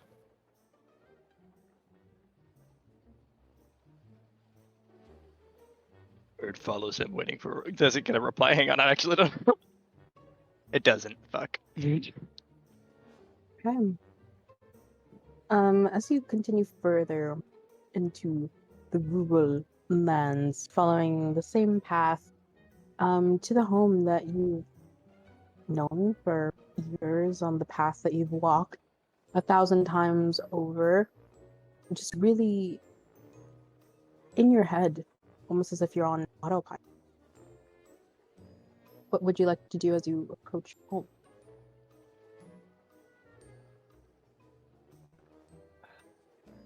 I think that as he's continuing to advance, his heart will begin to take most of the space within his head, only capable of hearing for a moment, and it's quickly then that he would, just before arriving home, oh wait, no, it's not a rural district, right? The home are pretty separate from each other, right? I think in Yeah, Valheim? so there's the like kind of like the main city-esque vibe of the Spice District, and you live in the Spice District in the rural land, so there's it's not nearly as populated as it is closer to the city. Okay. Never mind that then. He would he would return to his home at the moment, but it's as he's approaching that his heart would begin to beat louder and louder and louder, and it's visible in his walk that he's faltering in his step, breathing more brokenly. And, for a moment, as he arrives, I think near his home, that he'll fully fall almost to the ground. As you enter the room, Yeah.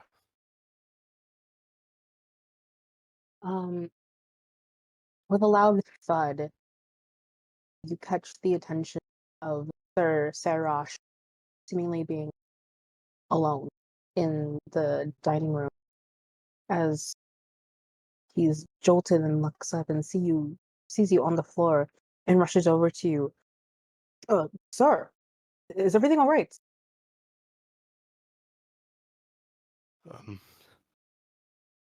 I'm fine. And he's visibly not, as he's sweating. His hair is undone, and his arm is a prosthetic arm.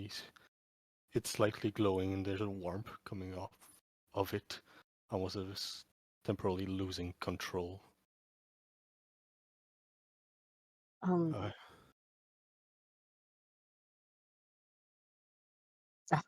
As you are in state on the floor, Sir Sarash has a deep look of concern on his face, and as he's kneeling beside you and on your back, he proceeds to go around the side of you to your not prosthetic arm and puts your arm, him. He goes, "Are you able to stand? You should rest, sir. You should rest." I think you're right. And with a little bit of hurt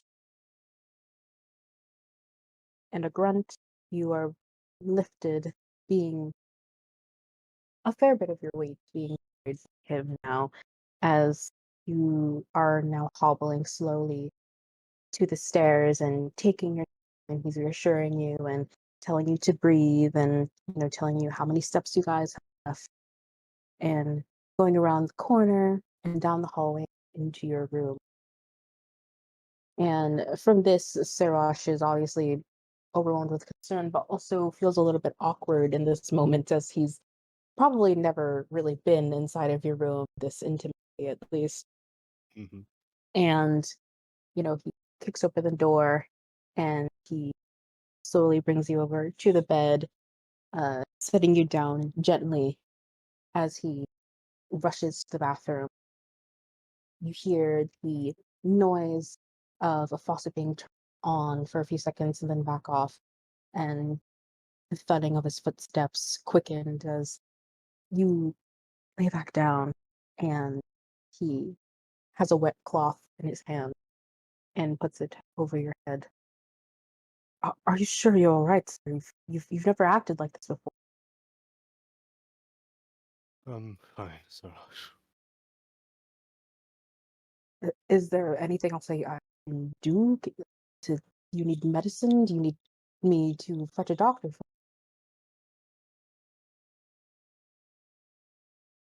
I don't think so. Thank you. And as he's laying, Sarash will hear the pieces of his arm kind of letting loose, detaching itself, and he'll let his all fall on the side of the bed, and he's simply holding on to the wound of it as Matthew is just laying holding it. You can go now if you wish. I'll be fine. As you wish. Check on you later. I'll make a soup. And he turns around and he starts walk. Closes the door behind very gently.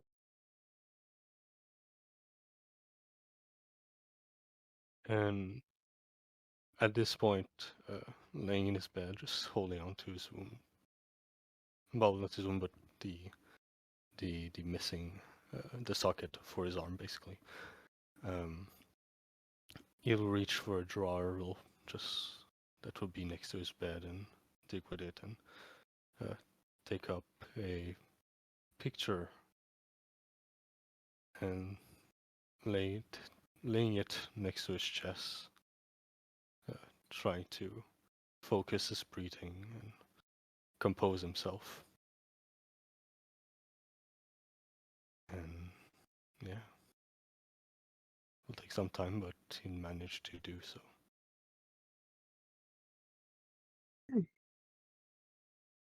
As we fade away from that, we transition back to Goreville, correct? Okay. For you guys, only moments has passed since you have sent Bird away. And back en route. Start my monologue again. We are greeted by the beautiful image of Corvale University. We'll change the scene from home back to the what you would know to be a huge playing field of the university. You're hearing an orchestra, a band playing coming from there. And did you sing that the ceremony in that direction? And as you travel, you see other people from the city of all races, all types, rushing to the entrance to the back. If you refer to the map, I'm thinking of updating the map too. I feel like it doesn't do it justice anymore. I did that map last, but scroll up to the city map and to Corvale, which is the lower left side, and kind of that square area, the back of it with circles. That's the playing field that people would play against other universities for, especially the flight team. And so, when you arrive, you see rows upon rows of wooden chairs set up in a traditional sort of theater-esque, theater in the round setting. Love my degree. And set up is a similar stage that is kind of reminiscent of the one that they had at the Liberation Day Parade or festival. And there are hundreds of people, as well as students, in the usual cap and gown uniform of all white robes with gold accents of the city's crest as well as the university. And on a augmented scale, you hear a similar as you look to the stage is Headmaster Helios. She goes on. Good afternoon, students, friends, family, and it is my delight to welcome you to the end of the year graduation ceremony for our graduating students. This year has brought much challenge, much hardship, and much struggle. But dually, it has growth, much knowledge, power to those who set their eyes on going into the world and creating a better environment, whichever that may be. And she continues with her speech and introduces another professor that you guys want to. But as you keep looking around, you see other professors that you are familiar with. For example, Gregoria Chey is there, the flight instructor as well. And of course, Professor Ramsey Levant in his little black tuxedo. And the ceremony goes on. The awards and scholarships being handed out and announced, and maybe even more events to happen for next year. And yeah, pretty much. See, any commentary, questions, comments, concerns on what's happening? So they're just walking around while the ceremony goes on. Tanji's directs his question to the others. We're not here as, like, just kind of chilling for a security detail, are we? What are we looking for here? That's a good question. I mean, I do think that perhaps some of us should at least stay on guard while the ceremony goes on. Absolutely. Yeah. Anytime there's any sort of gathering in Pyre, it seems something happens now. Yeah, considering what is it, the celebration day, and then There's the gala. a lot of and- people here for a lockdown. Yeah. Fellken's just gonna put her brass knuckles on and give a thumbs up. Don't know about you, but I'm ready for a fight. You concern me. I mean, I was wanting to come here to speak to Professor Levant, but he's kind of busy.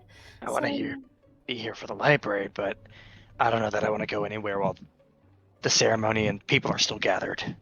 I'm happy to stay guard if someone else would like to stay with me, and then others can split off if they need. I'll stay. Others that are considered tough, probably not me. Well, perhaps you can tail Professor Levant and see if maybe you can find an opening, and Tanji go to the library. I'll go with Kahdani if we split up in that case. I think that's best. It would be best to get a professor's permission for the library anyway. And Drench? I could go with you and Fellken. Okay. How are we gonna get an opening during this graduation ceremony? I mean, don't they? I've never been to a graduation. Maybe you can pretend to graduate. Any of us have. I don't think I've gone to school. If the natives of the city want to make a history check, they may. Okay. Also, while this What is happening, is cool? Maeve will give Kahdani the sending stone, just in case. Oh, yes, 23, natural 20. I I went to fucking school. I didn't. 8. He watched from afar. So, Maeve, it's been a while since you've been in an academic setting, and you did not go to Cornell University, so you have no idea how long that should run. However, Tanji, been in around the bend a few times, maybe even snuck into the university here and there for the games that they would host. would know that for Cornell University, the average graduating class ranges anywhere between 300 to 500 students. And so, along with the opening, the ending commencement, the naming of all the names, and the awards, and yada yada yada. Yes, go ahead. Is that the average graduating students total, counting merfolk? So is that in half this year or by a third? Are you asking what the ratio is for merfolk to be graduating? Yeah, how many less are we since the merfolk aren't present? So the merfolk are present, they just need to be home immediately after school ends. Since this is a graduation ceremony, they are there. However, that doesn't say that some of them might have chosen not to go back to school after the lockdown. So I want to say that the ratio this year, or in general, are you at? This year. This year? That's because I thought merfolk was missing. Go on. No, you're good. So the ratio for this year, looking out upon the graduating class and judging from the distinctive, features of merfolk, give me a perception check. Yeah. 17. So you would see that maybe a little bit more than a quarter of the people there are merfolk, judging by what you know them to be looking like, the long hair, the shining hair, and the pale skin. So yeah. With merfolk being here after all, we could see Voltry. But we have tabs on Princess, right? She's still at City Hall. Okay. Okay. Sucks for her, but you would know that this ceremony tends to run about. You cut out. What was that? The ceremony is going to run for about an hour and a half. Okay. I mean, yeah, we could tail the phone for an hour and a half. Figure.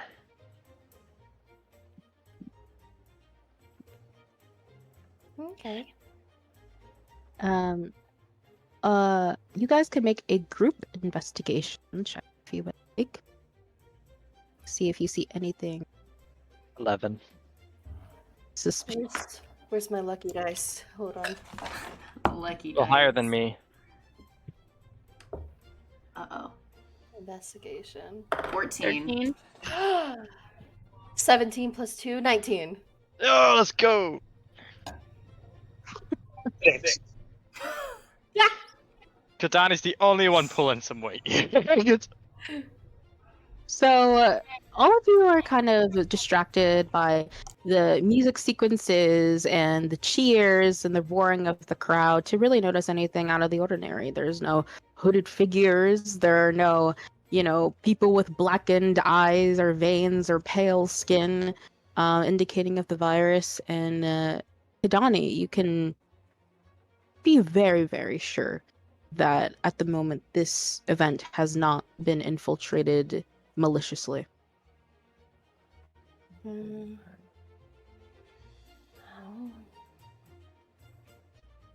Seems safe right now, but I'm just... Okay. You guys take high ground, keep an eye out. Yeah, and send a message if you see anything. So can I have a... I gave it to Kahdani already. I have the Whatever. magic. Don't whatever me. Whatever. Anyway. What an attitude from you. If I may, wouldn't this be extremely rude to interrupt their ceremony? Why don't we just stand We're not here? gonna interrupt the ceremony. Kahdani and I are just gonna go place ourselves lower, closer to the teachers so that we have an eye on the phone and can ask him questions as soon as he's done. And then we're a little spread out in case anything happens as well. Yes. Okay. But if I see one of those veiled bastards, I'm burning the place to the ground. It's fine. I'm sure Matthew will show up and we'll be fine. All right. Okay. Good luck. So as the ceremony goes along, it goes through really smoothly, and once again, Professor Halius comes to a standstill with her voice now booming, saying, "Thank you all for coming to this wonderful graduation. Congratulations to the graduating class, and may you prosper in your future endeavors. As a reminder, the city is on lockdown, so we advise that everybody please travel home smartly and safely. Thank you all for coming once again. Have a great rest of your year." And there's a roaring applause as you see caps flying in the air and the students congregating and mingling as they're hugging each other, crying, laughing, and people start to disperse. Can I make an investigation check now that people are starting to disperse? Look for hooded figures again, or black veins people. Go ahead. 18. No. All right.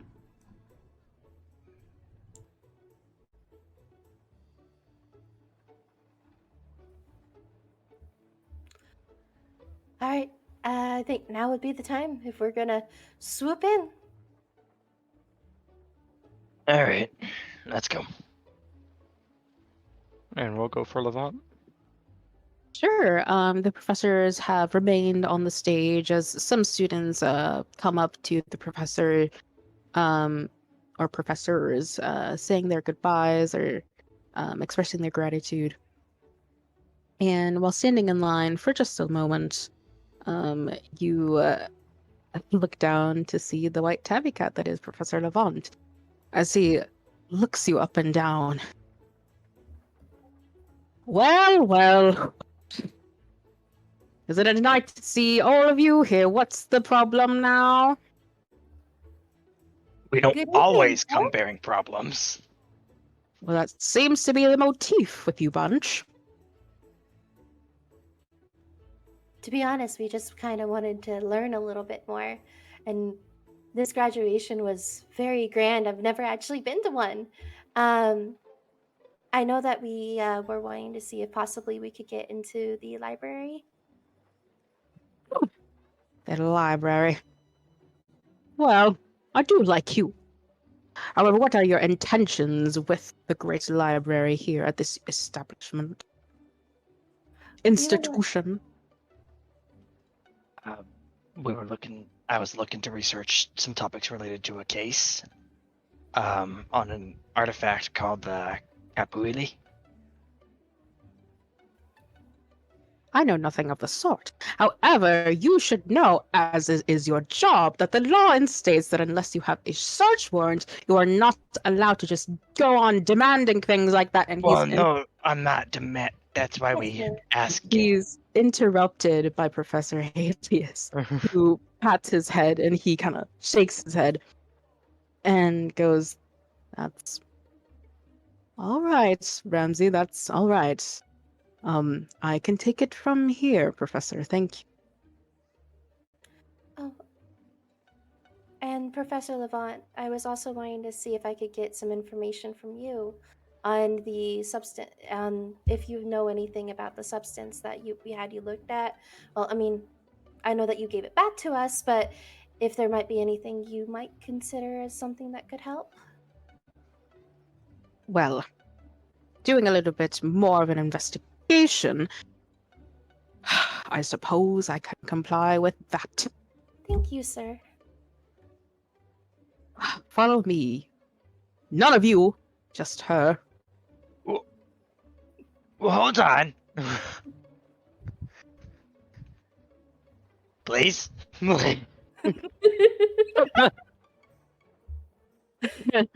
Are you stopping him? Or are you trying to stop him? Or are you just offended? Please. Oh my god, he is a New Yorker. I have -3 in charisma. Or is it -2? It's -2. But still, I'm playing this awkward motherfucker. Pretty please. You can definitely roll a persuasion check. Wait, did the rest of us meet you guys over there, or are we still? I assumed 15. we were still. It's a That's what I was 17 thinking. minus 2. So 15. I mean, if you want to go, you can. Fellken's gonna stay. Intimidation factor. What are you trying to get him to? I want to go with them to the library. We're not going to the library. Fuck. Or I don't think so. He's taken Kahdani to see what he's got, right? His lab. Yeah. Oh, that sounds boring. Never mind.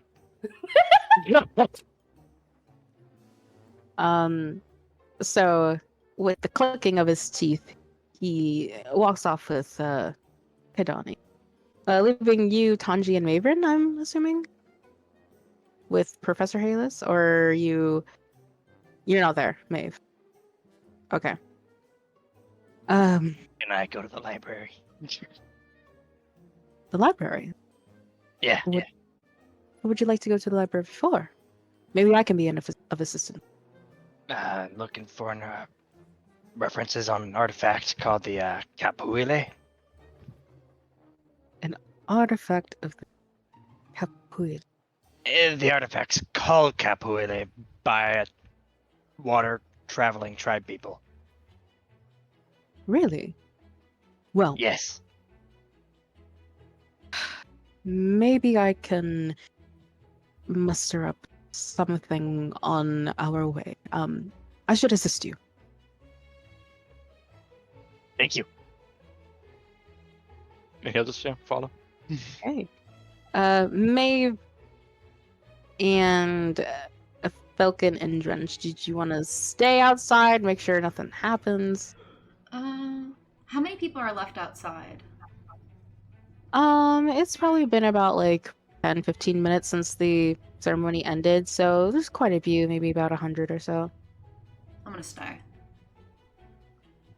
I'm staying. Alrighty. So, first off, with Kahdani. Professor Ramsay Levant leads you through the great hallways of the university, traveling to another wing of the university that you did not go to before when visiting the headmaster in your initial visit.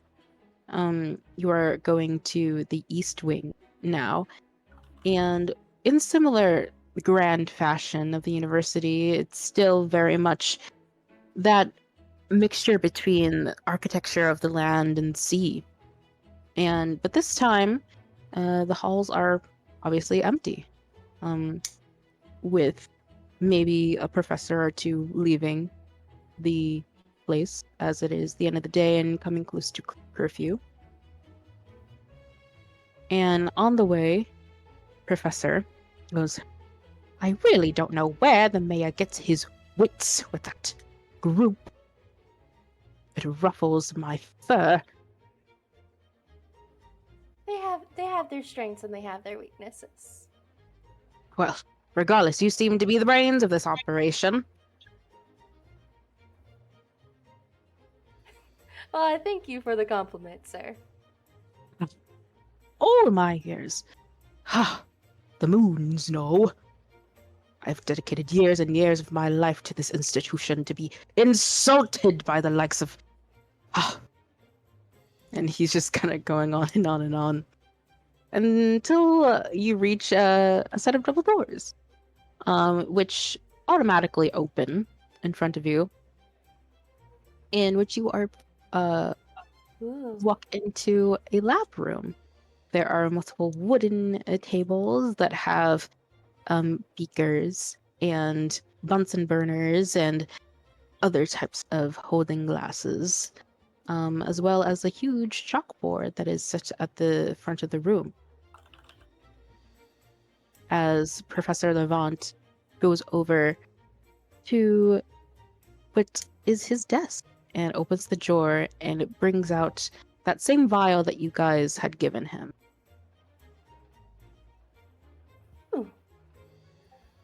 Kahdani is absolutely kind of entranced by the room for a little bit. She's never really been in this kind of like lab before, but does snap to attention whenever he does pull out the vial.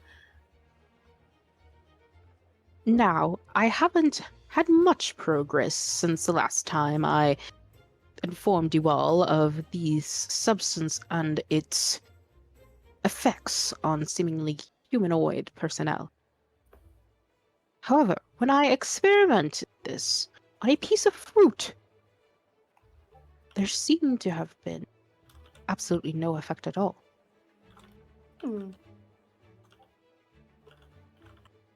Indicating that most likely this whatever this substance is only affects that of living flesh and blood.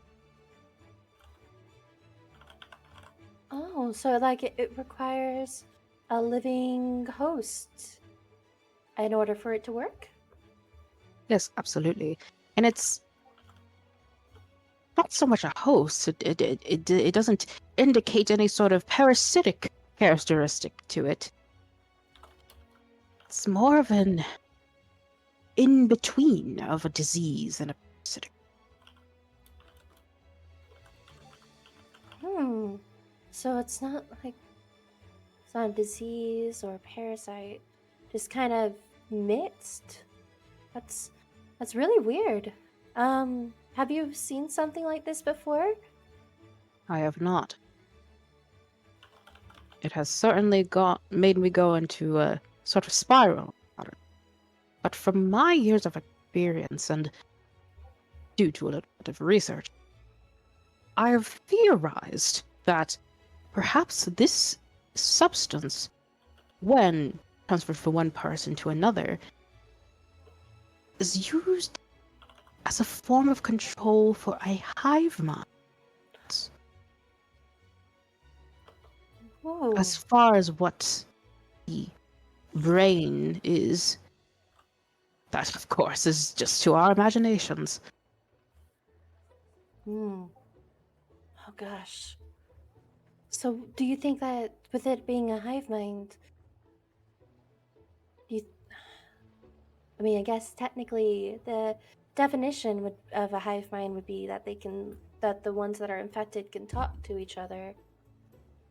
And I guess that very much lines up with what we've been experiencing with those who've been affected. Yes. Almost as if it's a great influence. Oh gosh. Do you have any idea or any theories of what we might be able to do to get rid of it? I fear that is the problem, my dear. For we barely know enough about the substance alone, let alone an antidote. Oh, alright. Well, yeah, because with everything that's been going on, we have some theories, just nothing nailed down, unfortunately. This has been a lot of information that helps out. Let me see here. Hold on. I'm kind of writing this down. Bear with me a moment. Great influence, possible hive mind. All right. Thank you so much, sir. And thank you so much for continuing to look into it. It really, really helps. Well, it truly is fascinating. And if whatever this plague is infecting our metropolis, I suppose this is the least I can do. Well, thank you. And you have been a very big help. This is getting scary a little bit, but we've got this. Yes, I suppose it is a bit of reassurance that, as mentioned before, this is some sort of marine organic material that only affects humanoids, which isn't very much of the city. definitely want to. We definitely don't want to have anybody else be affected. Not humanoid or otherwise. We've seen, unfortunately, as to how it ends up whenever the, well, not disease, but gets to fruition. But I was wondering,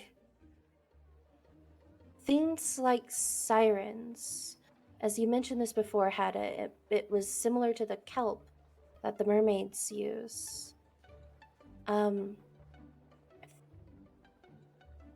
you think it could be something along those lines of not some sort of mind control, or, I mean, with the hive mind, I guess, so it would be. This is a trick question. I'm Talk of just sirens. I'm a very inquisitive person. Well, wait. Are you trying to tell me that sirens do in fact exist? Could be. Well, that is preposterous. That's an entire different species that we know nothing about. And you see him starting to pace and take his monocle off. This is just preposterous, just absurd. Well, that changes everything, does it not? Mm-hmm. Could it help answer at least some, like, of the holes in the theories? Well, if this is a new set of species, that of a subvariant of the mermaid population, the merfolk population, I suppose they have similar qualities in terms of arcane usage. Ooh. And I don't know if you've deducted, but enough of them in my class, I can deduce that they can be quite powerful in their nature. Oh gosh. Can imagine teaching class with powerful students like that must be difficult. Yes. There have been hundreds and hundreds of merfolk students come through these halls through all of my years. And all of them each with a different, unique talent, unique magic. Ooh. One that would be able to have an ability to do this. It can't even fathom it. Well, if each one has a unique power, perhaps something like this could be a possibility. Suppose so. I regret to say that it's all I can really ethically say. Any other theory would just be complete production at this point. Isn't that what a theory is? No, my dear. A theory is a likely outcome based on a cumulative amount of consequential similar outcome happenings, as opposed to a hypothesis. A hypothesis?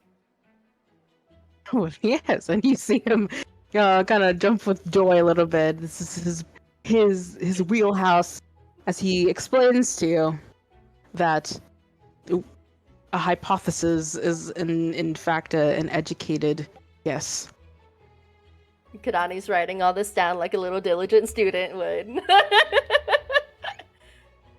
So yes, a prediction is something that is more coincidental than a theory or a hypothesis in which there is tangible and physical evidence for. Okay. So, wouldn't be a theory, just a hypothesis, in a way, of that perhaps a specific power set could have an influence on some of the kelp? But nothing, of course, nothing that we have set in stone or anything like that. Well, I can say that the substance seems more to be biological, from fauna rather than flora. It is only, me comparing it to the finweed that it is of marine origin.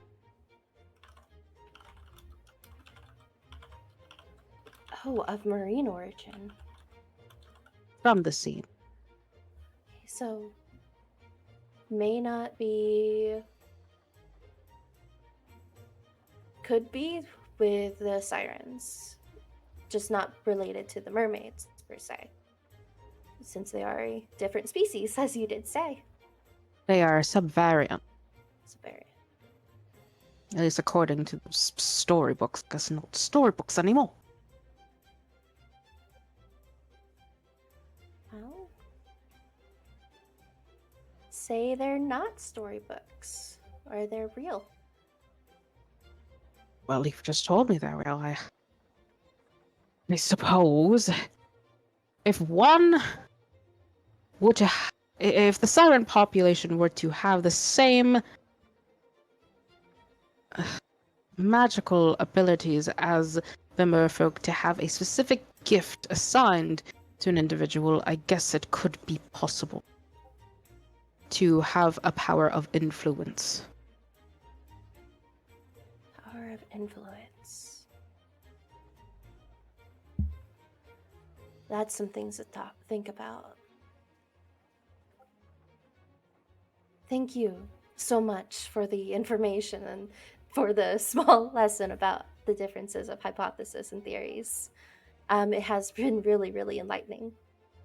Oh, well, it is my job, and they do only hire the best of the best here, as I am. Absolutely, sir. Very well. That is all I can really deduce from this. Thank you. I think my party member is going to be going to the library. I'll be honest with you, I'm not exactly sure where it's from, where it's at from here. Is there any way that I could ask you to help guide me there? To where? Oh, my apologies, my dear. Is there any way, since my party member is going to the library, is there any way that you can escort me there, as I don't know exactly where it's at here? But of course, follow me. And he hops off from his chair that he was sitting at and leads you to the library, in which we will And, now. Oh, go ahead. Kahdani is real quick going to send a message to Maeve saying, found information, got some information from Professor Levant, heading to library where Tanji should be now.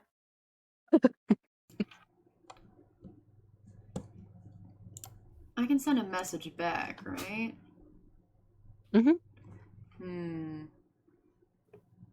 Maeve's gonna look at Drench and Fellken and be like, do we want to meet them there? I mean, at this point, have people cleared out for the most part? Mia? Yes. Yeah. What do you think? You can go if you want. I'm going to stay here, just in case. All right. I'll meet them there then, and I'm just gonna leave a message. Be right there. Over. Okay. And that is where we will transition over to Tanji with Professor Helios. In exact same fashion, she leads you through the halls. As she asks, was there any sort of a catalyst to your curiosity?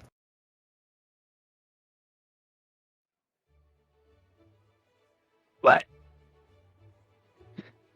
Oh, why did you want to do this? I'm curious mostly, but I have a theory.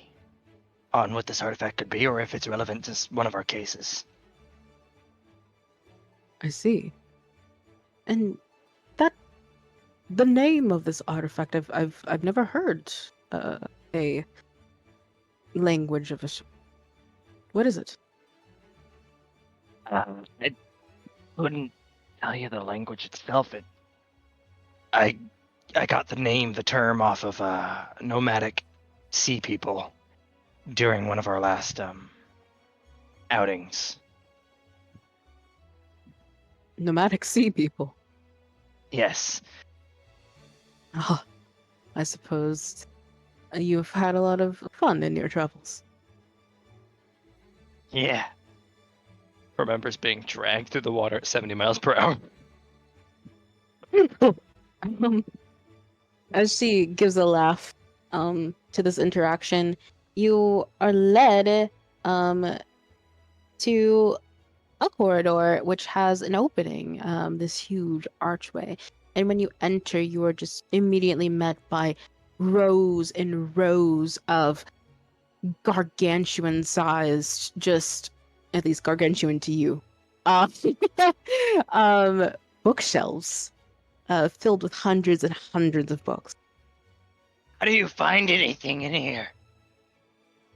Well, we have the categorizer, and she goes over to the side where there are some tables scattered here and there, along with the librarian's desk, and she picks up what seems to be a tiny little book, and she goes, "What category would you say this information would lie?" Historical artifacts, possibly magical. Right. She pauses for a moment, trying to reword this in her own version.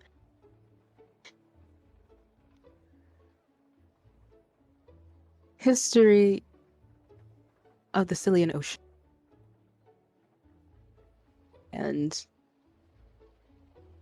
when she does that, the item kind of sparkles for a moment, and then it starts to levitate from her hand and flies off into another part of the library.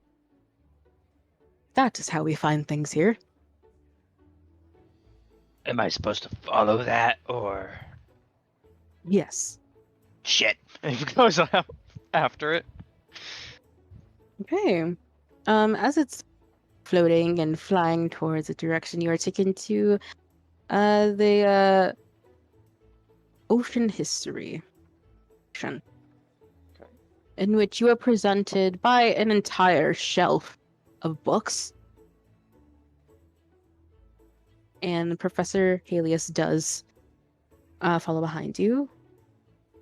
No, I am the history professor here, so I could be of assistance if you would be just a tad more specific.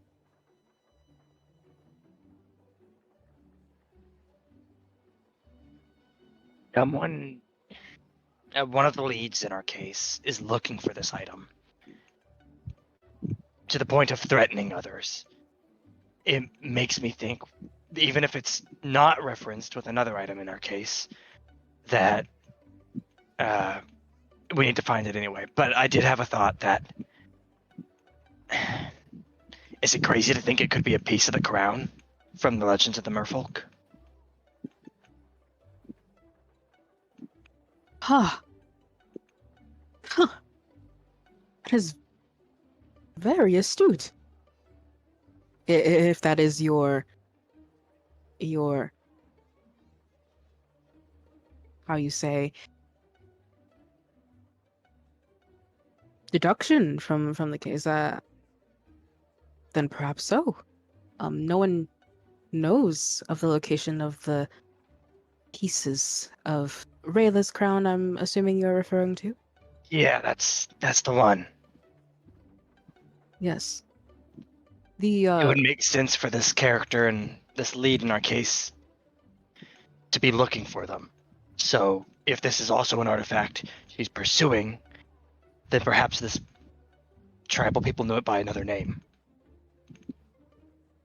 Correct. Well, have you ever heard the phrase, legends are born from truth? Yeah. Well, it happens to be the exact same the other way around.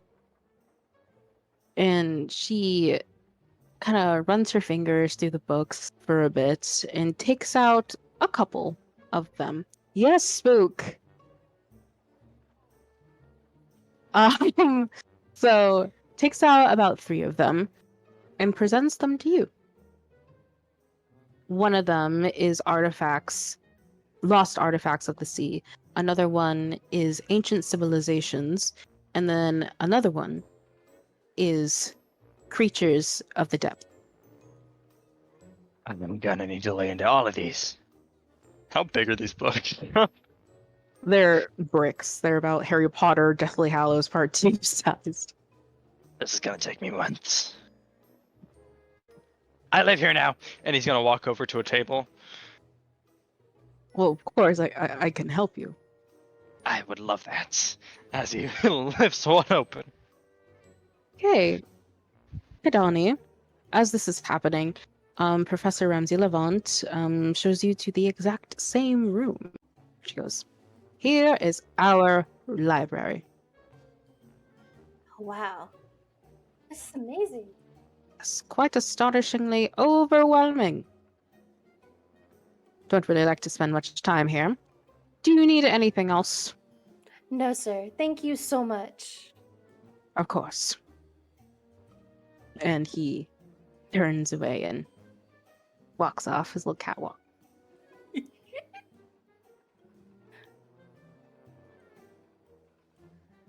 Tanji! Oh no! There he is. The audio.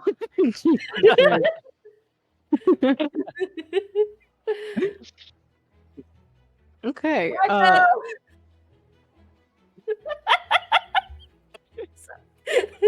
Kahdani does make her way over to where she is. Everyone brace themselves.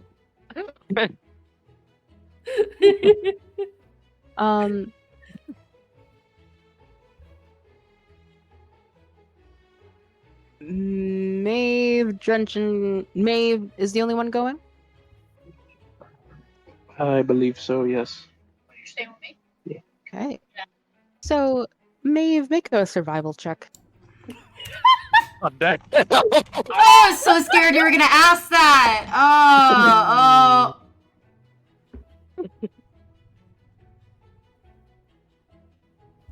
19. Hey.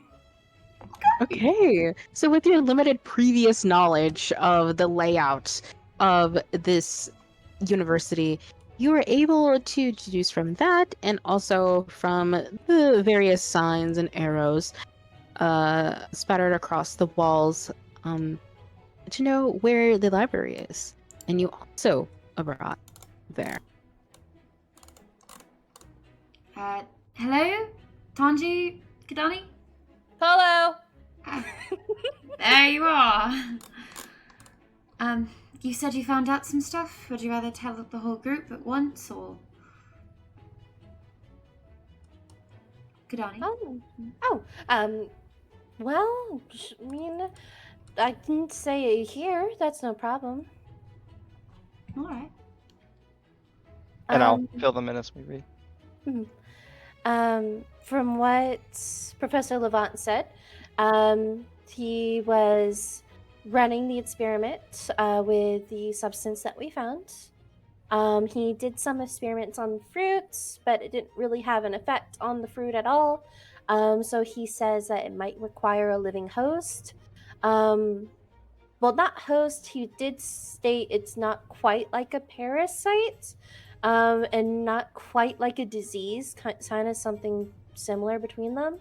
But he does theorize that it seems to pass from person to person, kind of like a hive mind in a way.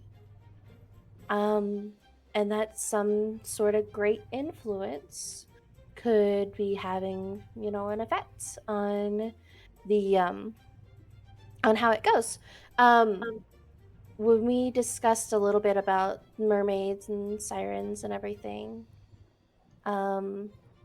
we theorized it could be possible that a siren could have a power similar to a mermaid that could be helping to be like a, what's the word, catalyst in a way for this.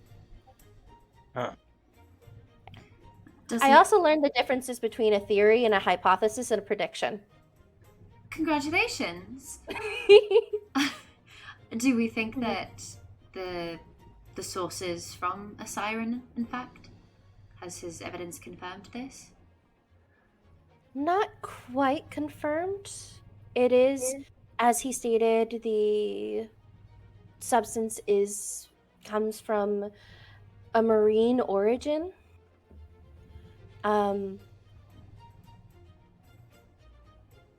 Basing off of what we know. Right. Those are further ties to the sirens. Well, thank you, Kahdani. Tanji, did you find anything? He pushes a book towards Maeve. Sit down and stay a while. Oh, good. So glad I came. And he explains his hypothesis and what we're looking for. If all of you want to make either an investigation or a history, you can. Yes. Both of those are 2. 17. Gonna use the lucky dice. 4. Is that what I think it is? It's a fucking 19. Hold on, 19 plus 2, Yo. 21. 21 for.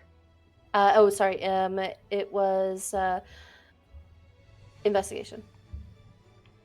Okay, so, given the a little bit of broken knowledge that Tanji, or memory that Tanji has of what he witnessed on his travels,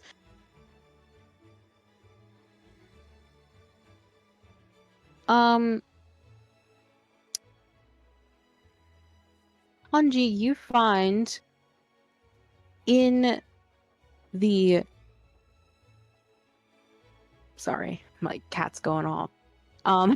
You find in the book that is about creatures of the depth that. Second.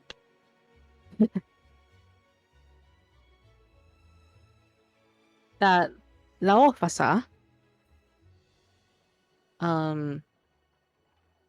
is an ancient magical whale shark that is legend to have gotten his power from the mother himself and the spirit of the moon Unal to protect the seas in the north.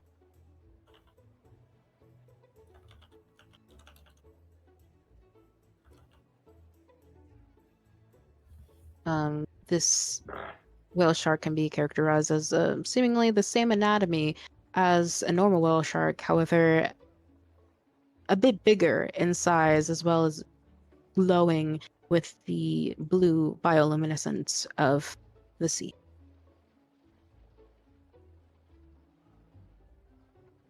Huh. Well, I know what that thing is now. And whatever the hell it is, the sirens are scared to shit of it. So that's good to know. Does it say much more on it, or just legend and its origins? You didn't quite.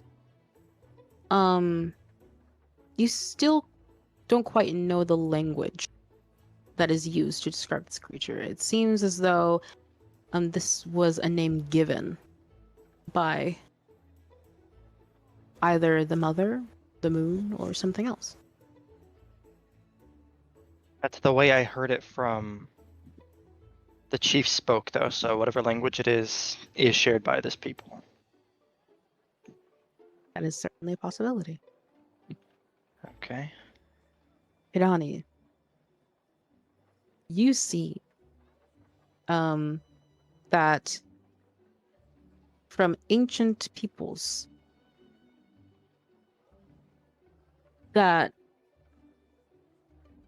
it is no rare thing for the geography of Drasil to be unmarked or unnotated for maps. And that in fact there are probably hundreds of landmarks that go either unexplored or unmentioned in history. And that particularly in the north, there was a crisis that happened off of North Sodden that had people fleeing from it. And those people were never seen again.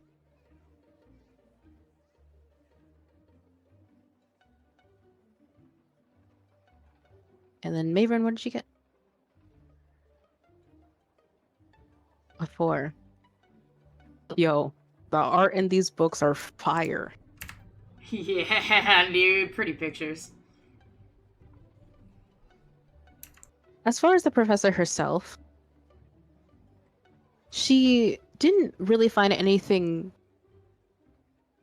new in terms of the knowledge that you guys have already gained, other than she says that, can you repeat the name of this artifact as well as the whale shark? You're muted.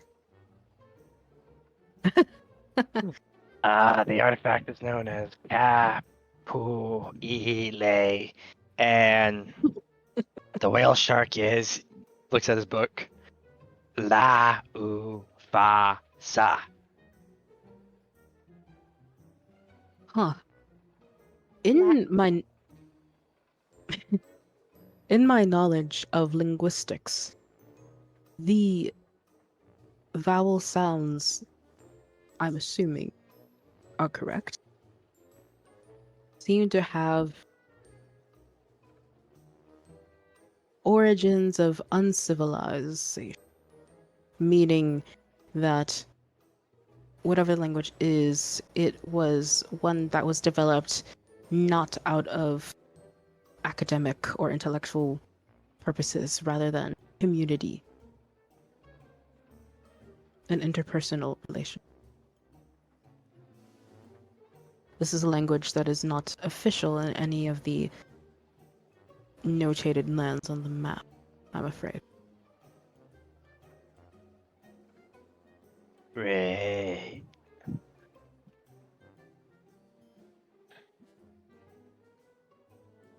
Sort of monosyllabic in nature.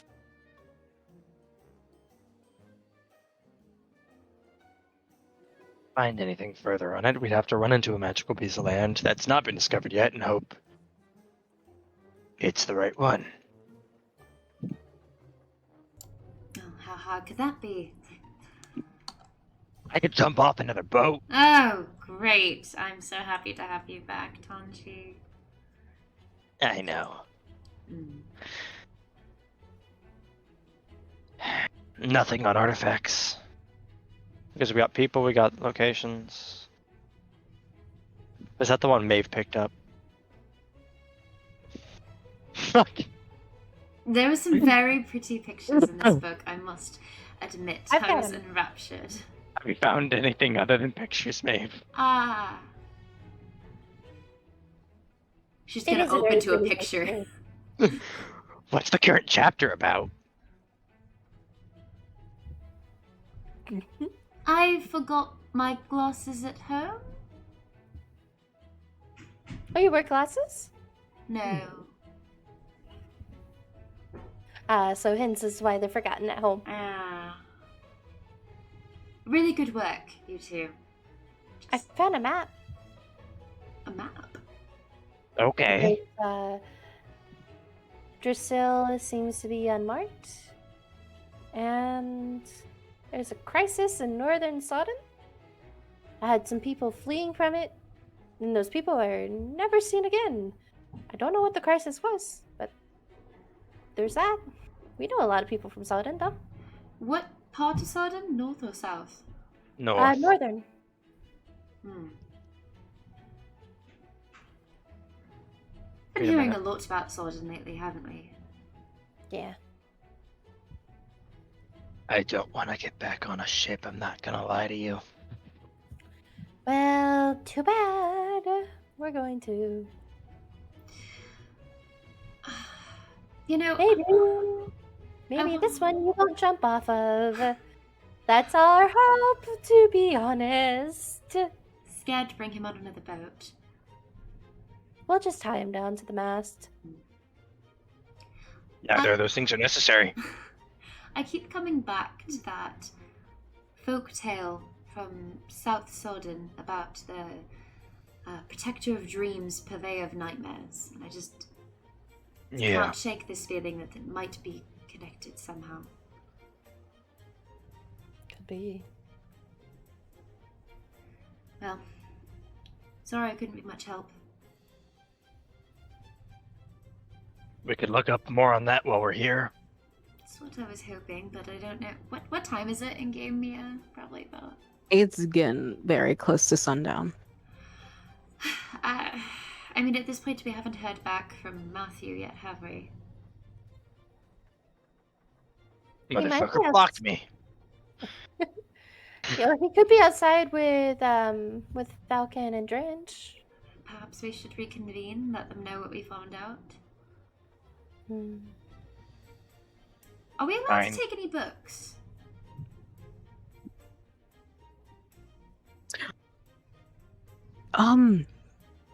Given that there won't be any Halos classes, I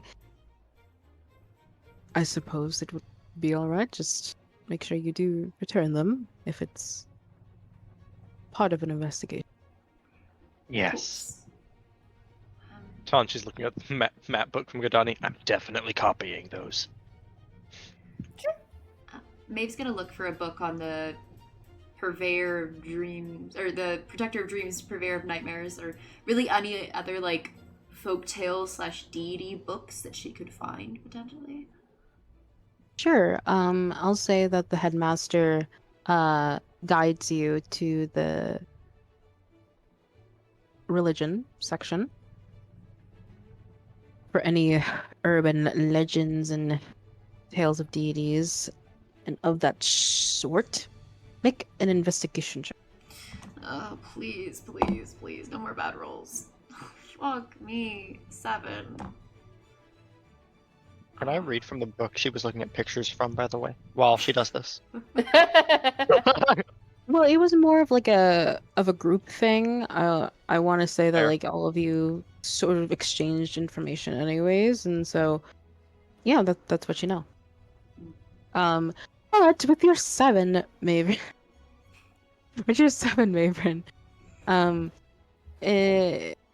the shelf of books is quite overwhelming, and you sort of just pick one that looks something to do with what you're looking for, and browsing through it a bit, you don't see anything that's familiar to your eye.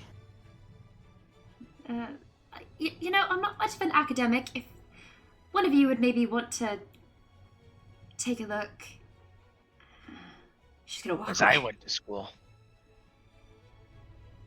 I've had just about enough of your attitude today. Kahdani, would you like to take a look? I can. Thank you. Thank you for being helpful. What are you looking for, particularly? Like a book on the protector of dreams, purveyor of nightmares, or any other deities particularly related to South Sodden?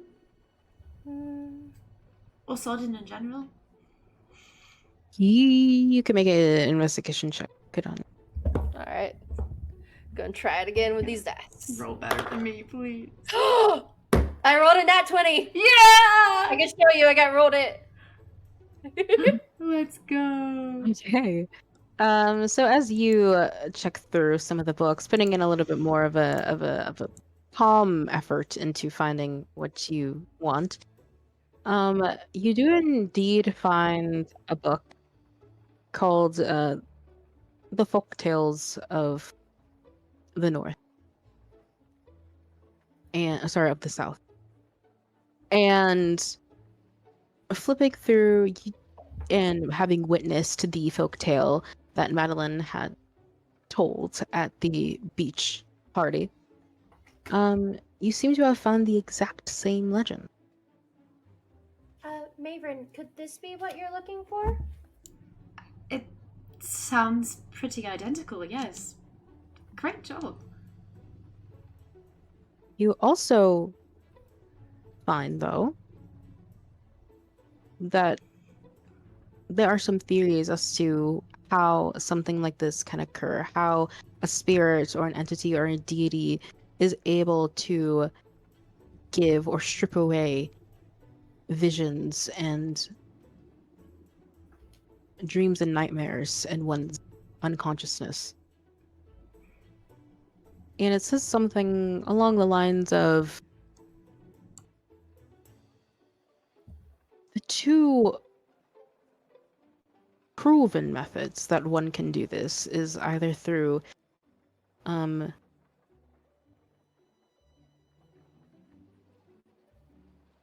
a powerful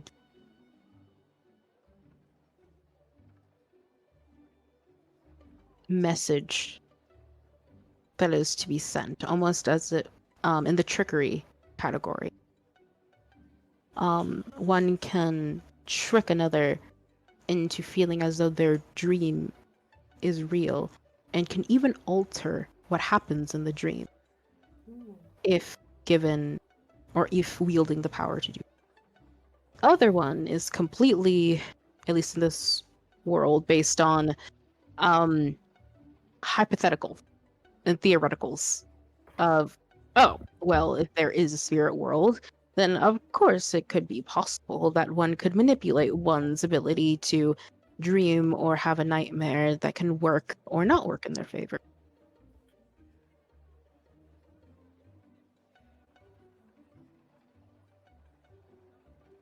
Yeah, I really think this might be something we need to bring to the group. It would be Yeah. interesting to see if this is a hive mind controlling these people, that if we could disrupt that, we could disrupt whatever it is they're planning. Good find. Right. Here, this can be. What mine. is it? Thank you. What does it say on how that magic works? Would they have had to have met the person before? The trickery one, I mean. To try and manipulate someone's dream. No. Not have to have met them before. Or do they not mention it? This magic, you would not need to have met the person.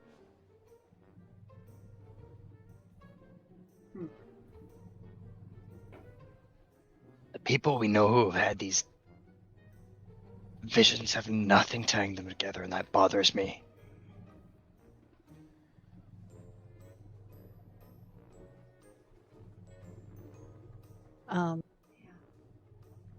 If nobody else has anything to add on. Okay, Professor Helios greets you all, or fares you all adieu, and leads you out back into the playing field in which you are met with Drench and Fellken. Drench and Fellken, can you come with me to individual meetings really quick? Sure. Yeah. They're dead. I should have stayed! They're dead. Oh Okay. Both of us together at the same Yes, time? both of you. They've been yeah. replaced or charmed. Shit's up. Okay, we're going. Bye! Shit's up. Oh no. Oh, kitty! No. A fat kitty. First we investigated They- upon. Oh no, they're Don't look- back. So, as you all are exiting, you are greeted once again by Fellken and Drench, who turn around. Fellken looks pissed. There's smoke coming out of her nostrils. You good there? Hello? You all remember Adam? Where is he? He was running off and kissing Loretta. Where? It went that way. She Maeve's flipped off walking. into the city. Maeve is walking that way. I pick her up! I pick her up! No! Nope, she's fighting. She's fighting that.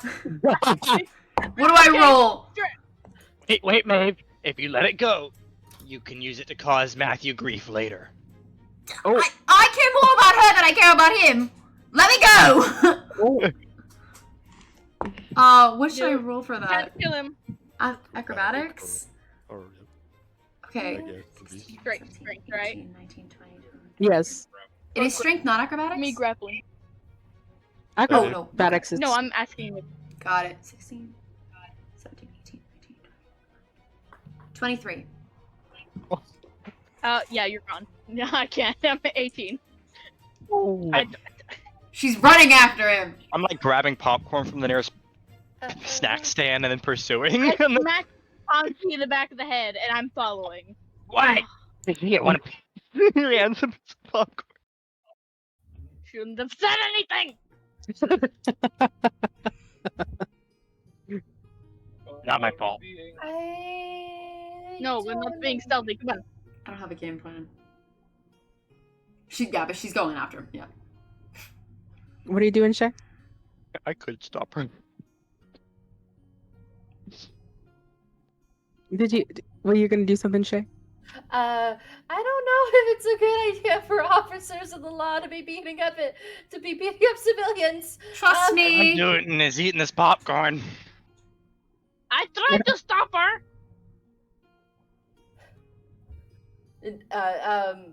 Kahdani, or no, Maeve, you said you responded, so I was like, I could do that in message form. Kahdani's gonna give a sigh, and she's also gonna take off after Maeve using mobile to get her speed up to 40, I believe it is. Hey. So you're all running. You're running through the streets of West Talon. And Maeveryn, you can make a perception check, and then but you hear Kahdani yell your name from behind you as she's also booking it towards you with greater speed than you've ever seen her run. God damn it. 17! 17. With your perception check, you see your home district. It's nothing new. But you do spot the white gowns of this group of boys, of recent graduates who are just walking along about 60 feet ahead. Do I see Loretta? You do not see Loretta. I'm gonna approach the group. Okay. Kahdani, you're gaining up speed pretty fast. Would you like to do anything? Kahdani is gonna come kind of skid to a halt with Maeve. Just under her breath going, remember, we are officers of the law. Please do not cause it. How little do you think of me, Kahdani? I mean, you did threaten the captain. Please don't With the knife continue for your that. answer.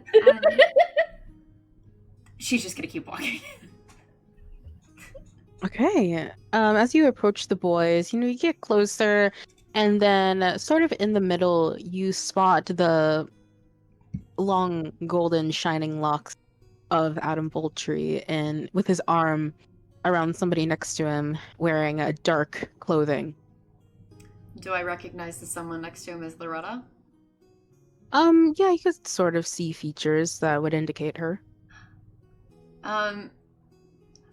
Loretta, is that you?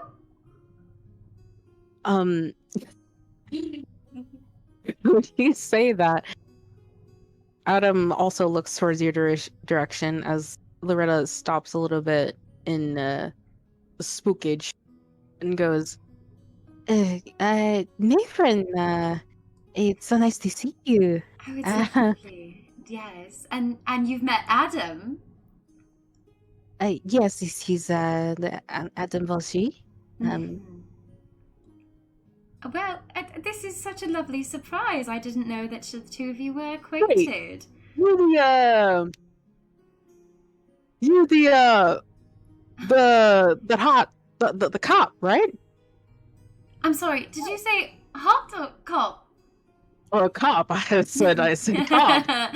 Yes, I'm with the investigative unit, yes. You remember me when I was questioning you about your missing girlfriends that you were cheating on? Who?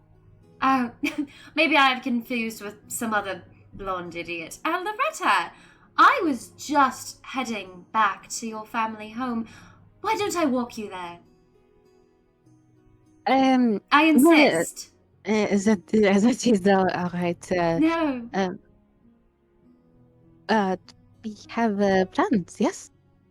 She turns to Adam, and he goes, yeah, we're just gonna, grab a bite to eat with my boys here, right? Boys. They keep shouting, boys. Boys, And yeah. so close to curfew? Oh, well, we'll be back in time. Don't you worry. Maeve is gonna get up to Loretta's ear and whisper, do you want your brother to find out, or do you want to get away with this? Loretta, widens her eyes a little bit in shock at the boldness of those, and goes,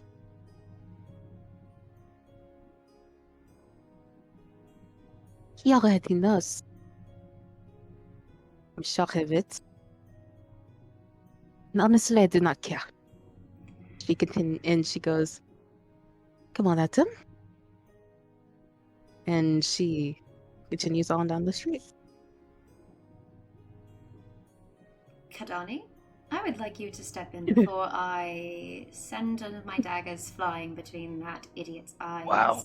And All of you hear have his gradually, all of you have caught up with your sprinting as well, overhearing this conversation. Handle that great, Maeve. Tanji, you keep speaking and my rage will overwhelm me and I will kill that idiot boy.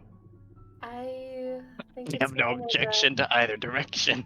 Isn't it? I think it's kind of a rite of passage for every girl to fall in love with a absolutely terrible Cheater.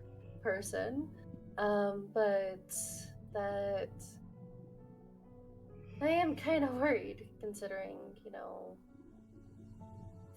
honestly, I think I'm more worried about that she seems to be the only girl with a group of boys. Less Adam, more that.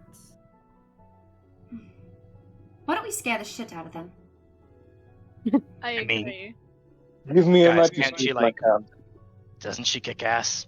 Isn't that the whole thing Matthew taught her to do?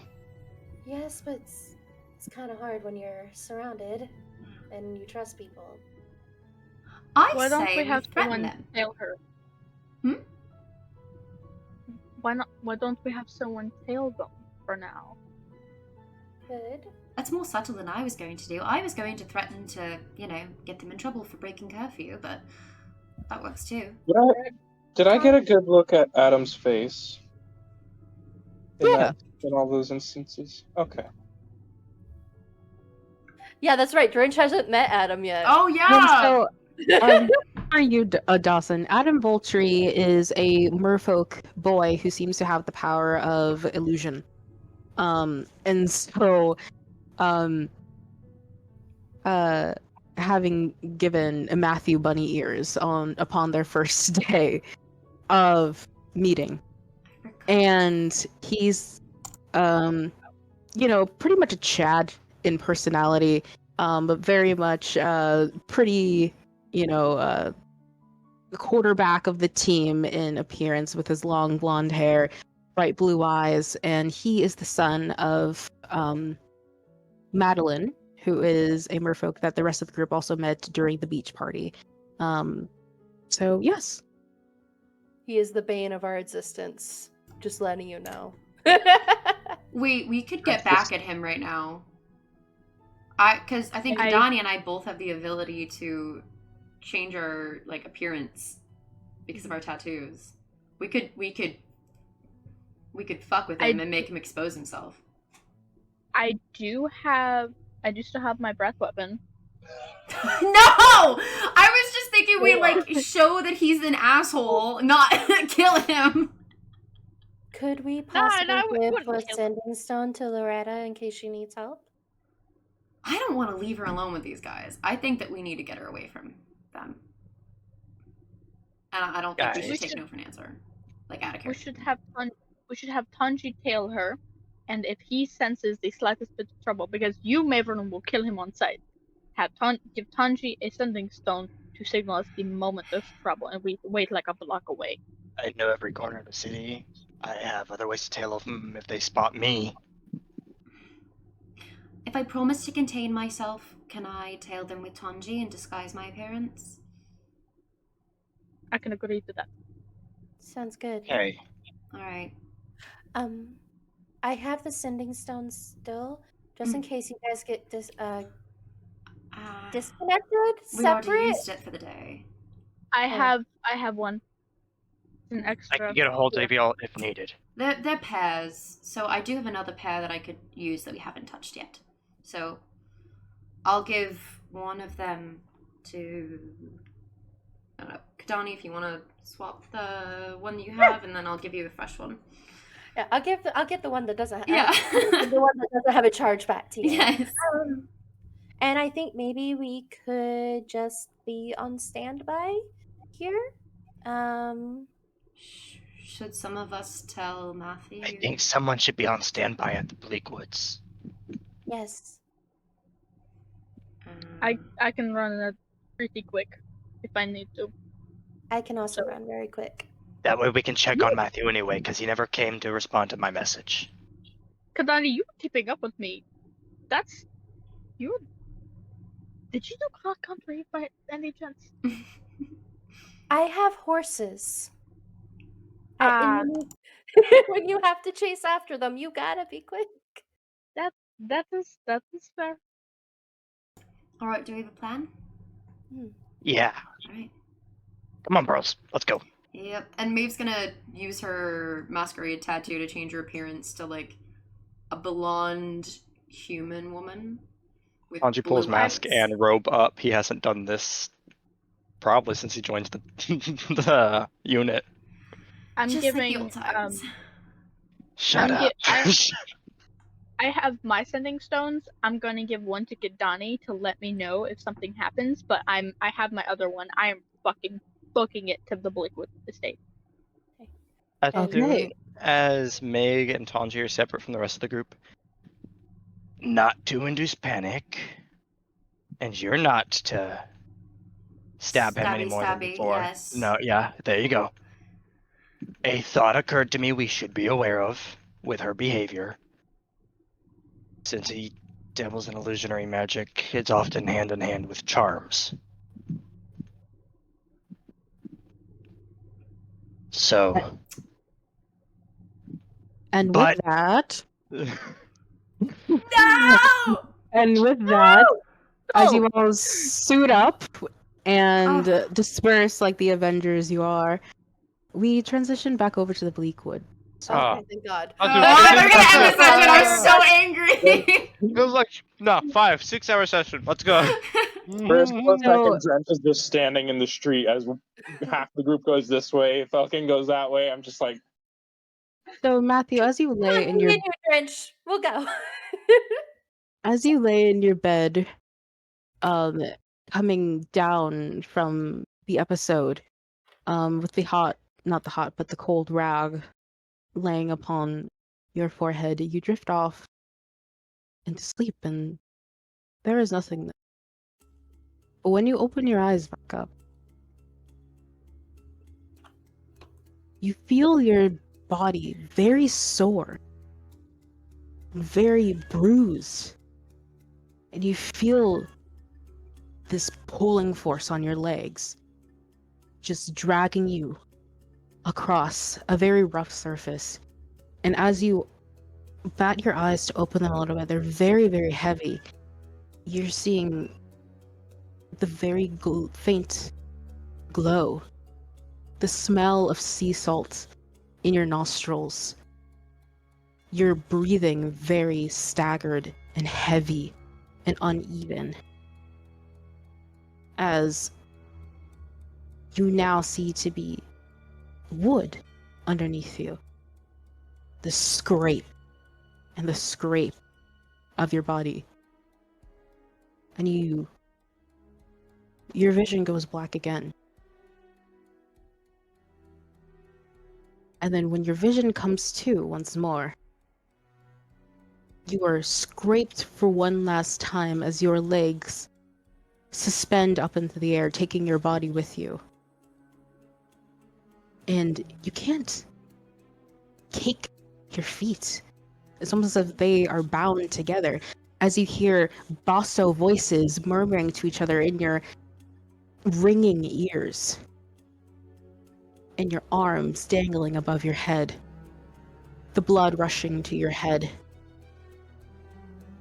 It goes black again, and then when it comes back up, you see two masculine figures coming towards you.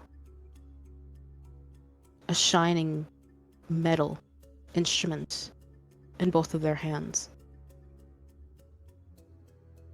As they're laughing. And you're saying, no, please, just please let me go. Let me go. But it's not your voice coming from your mouth. It's a feminine voice. Soft, innocent, and young. As one of them draws closer, their faces still in shadow, as one takes a harrowing swipe across your leg, it making a gash. You're blinking, and you scream in pain, the sting going through your body as you look up and you see a purple and blue toned tail wrapped and suspended.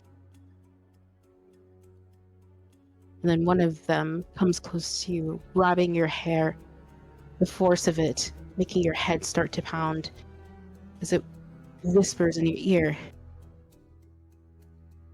"We've got you now." And then with the last scream and a last swipe of the arm, everything goes black. And that's where we're going to end. Good job. Great stuff. Oh gosh. What the fuck? Took me a minute to understand, but Yeah, I know what happened. I've got it down. I wrote most of it. Mm-hmm. God damn it. Fucking amazing. Dear God Almighty, Jesus fucking Christ. Cheers. That is one hell of a session. Yeah. I'm so ready for next week right now. I'm gonna kill Adam Me Poultry. Already have it scheduled, yeah. Yeah! Good job. Yeah,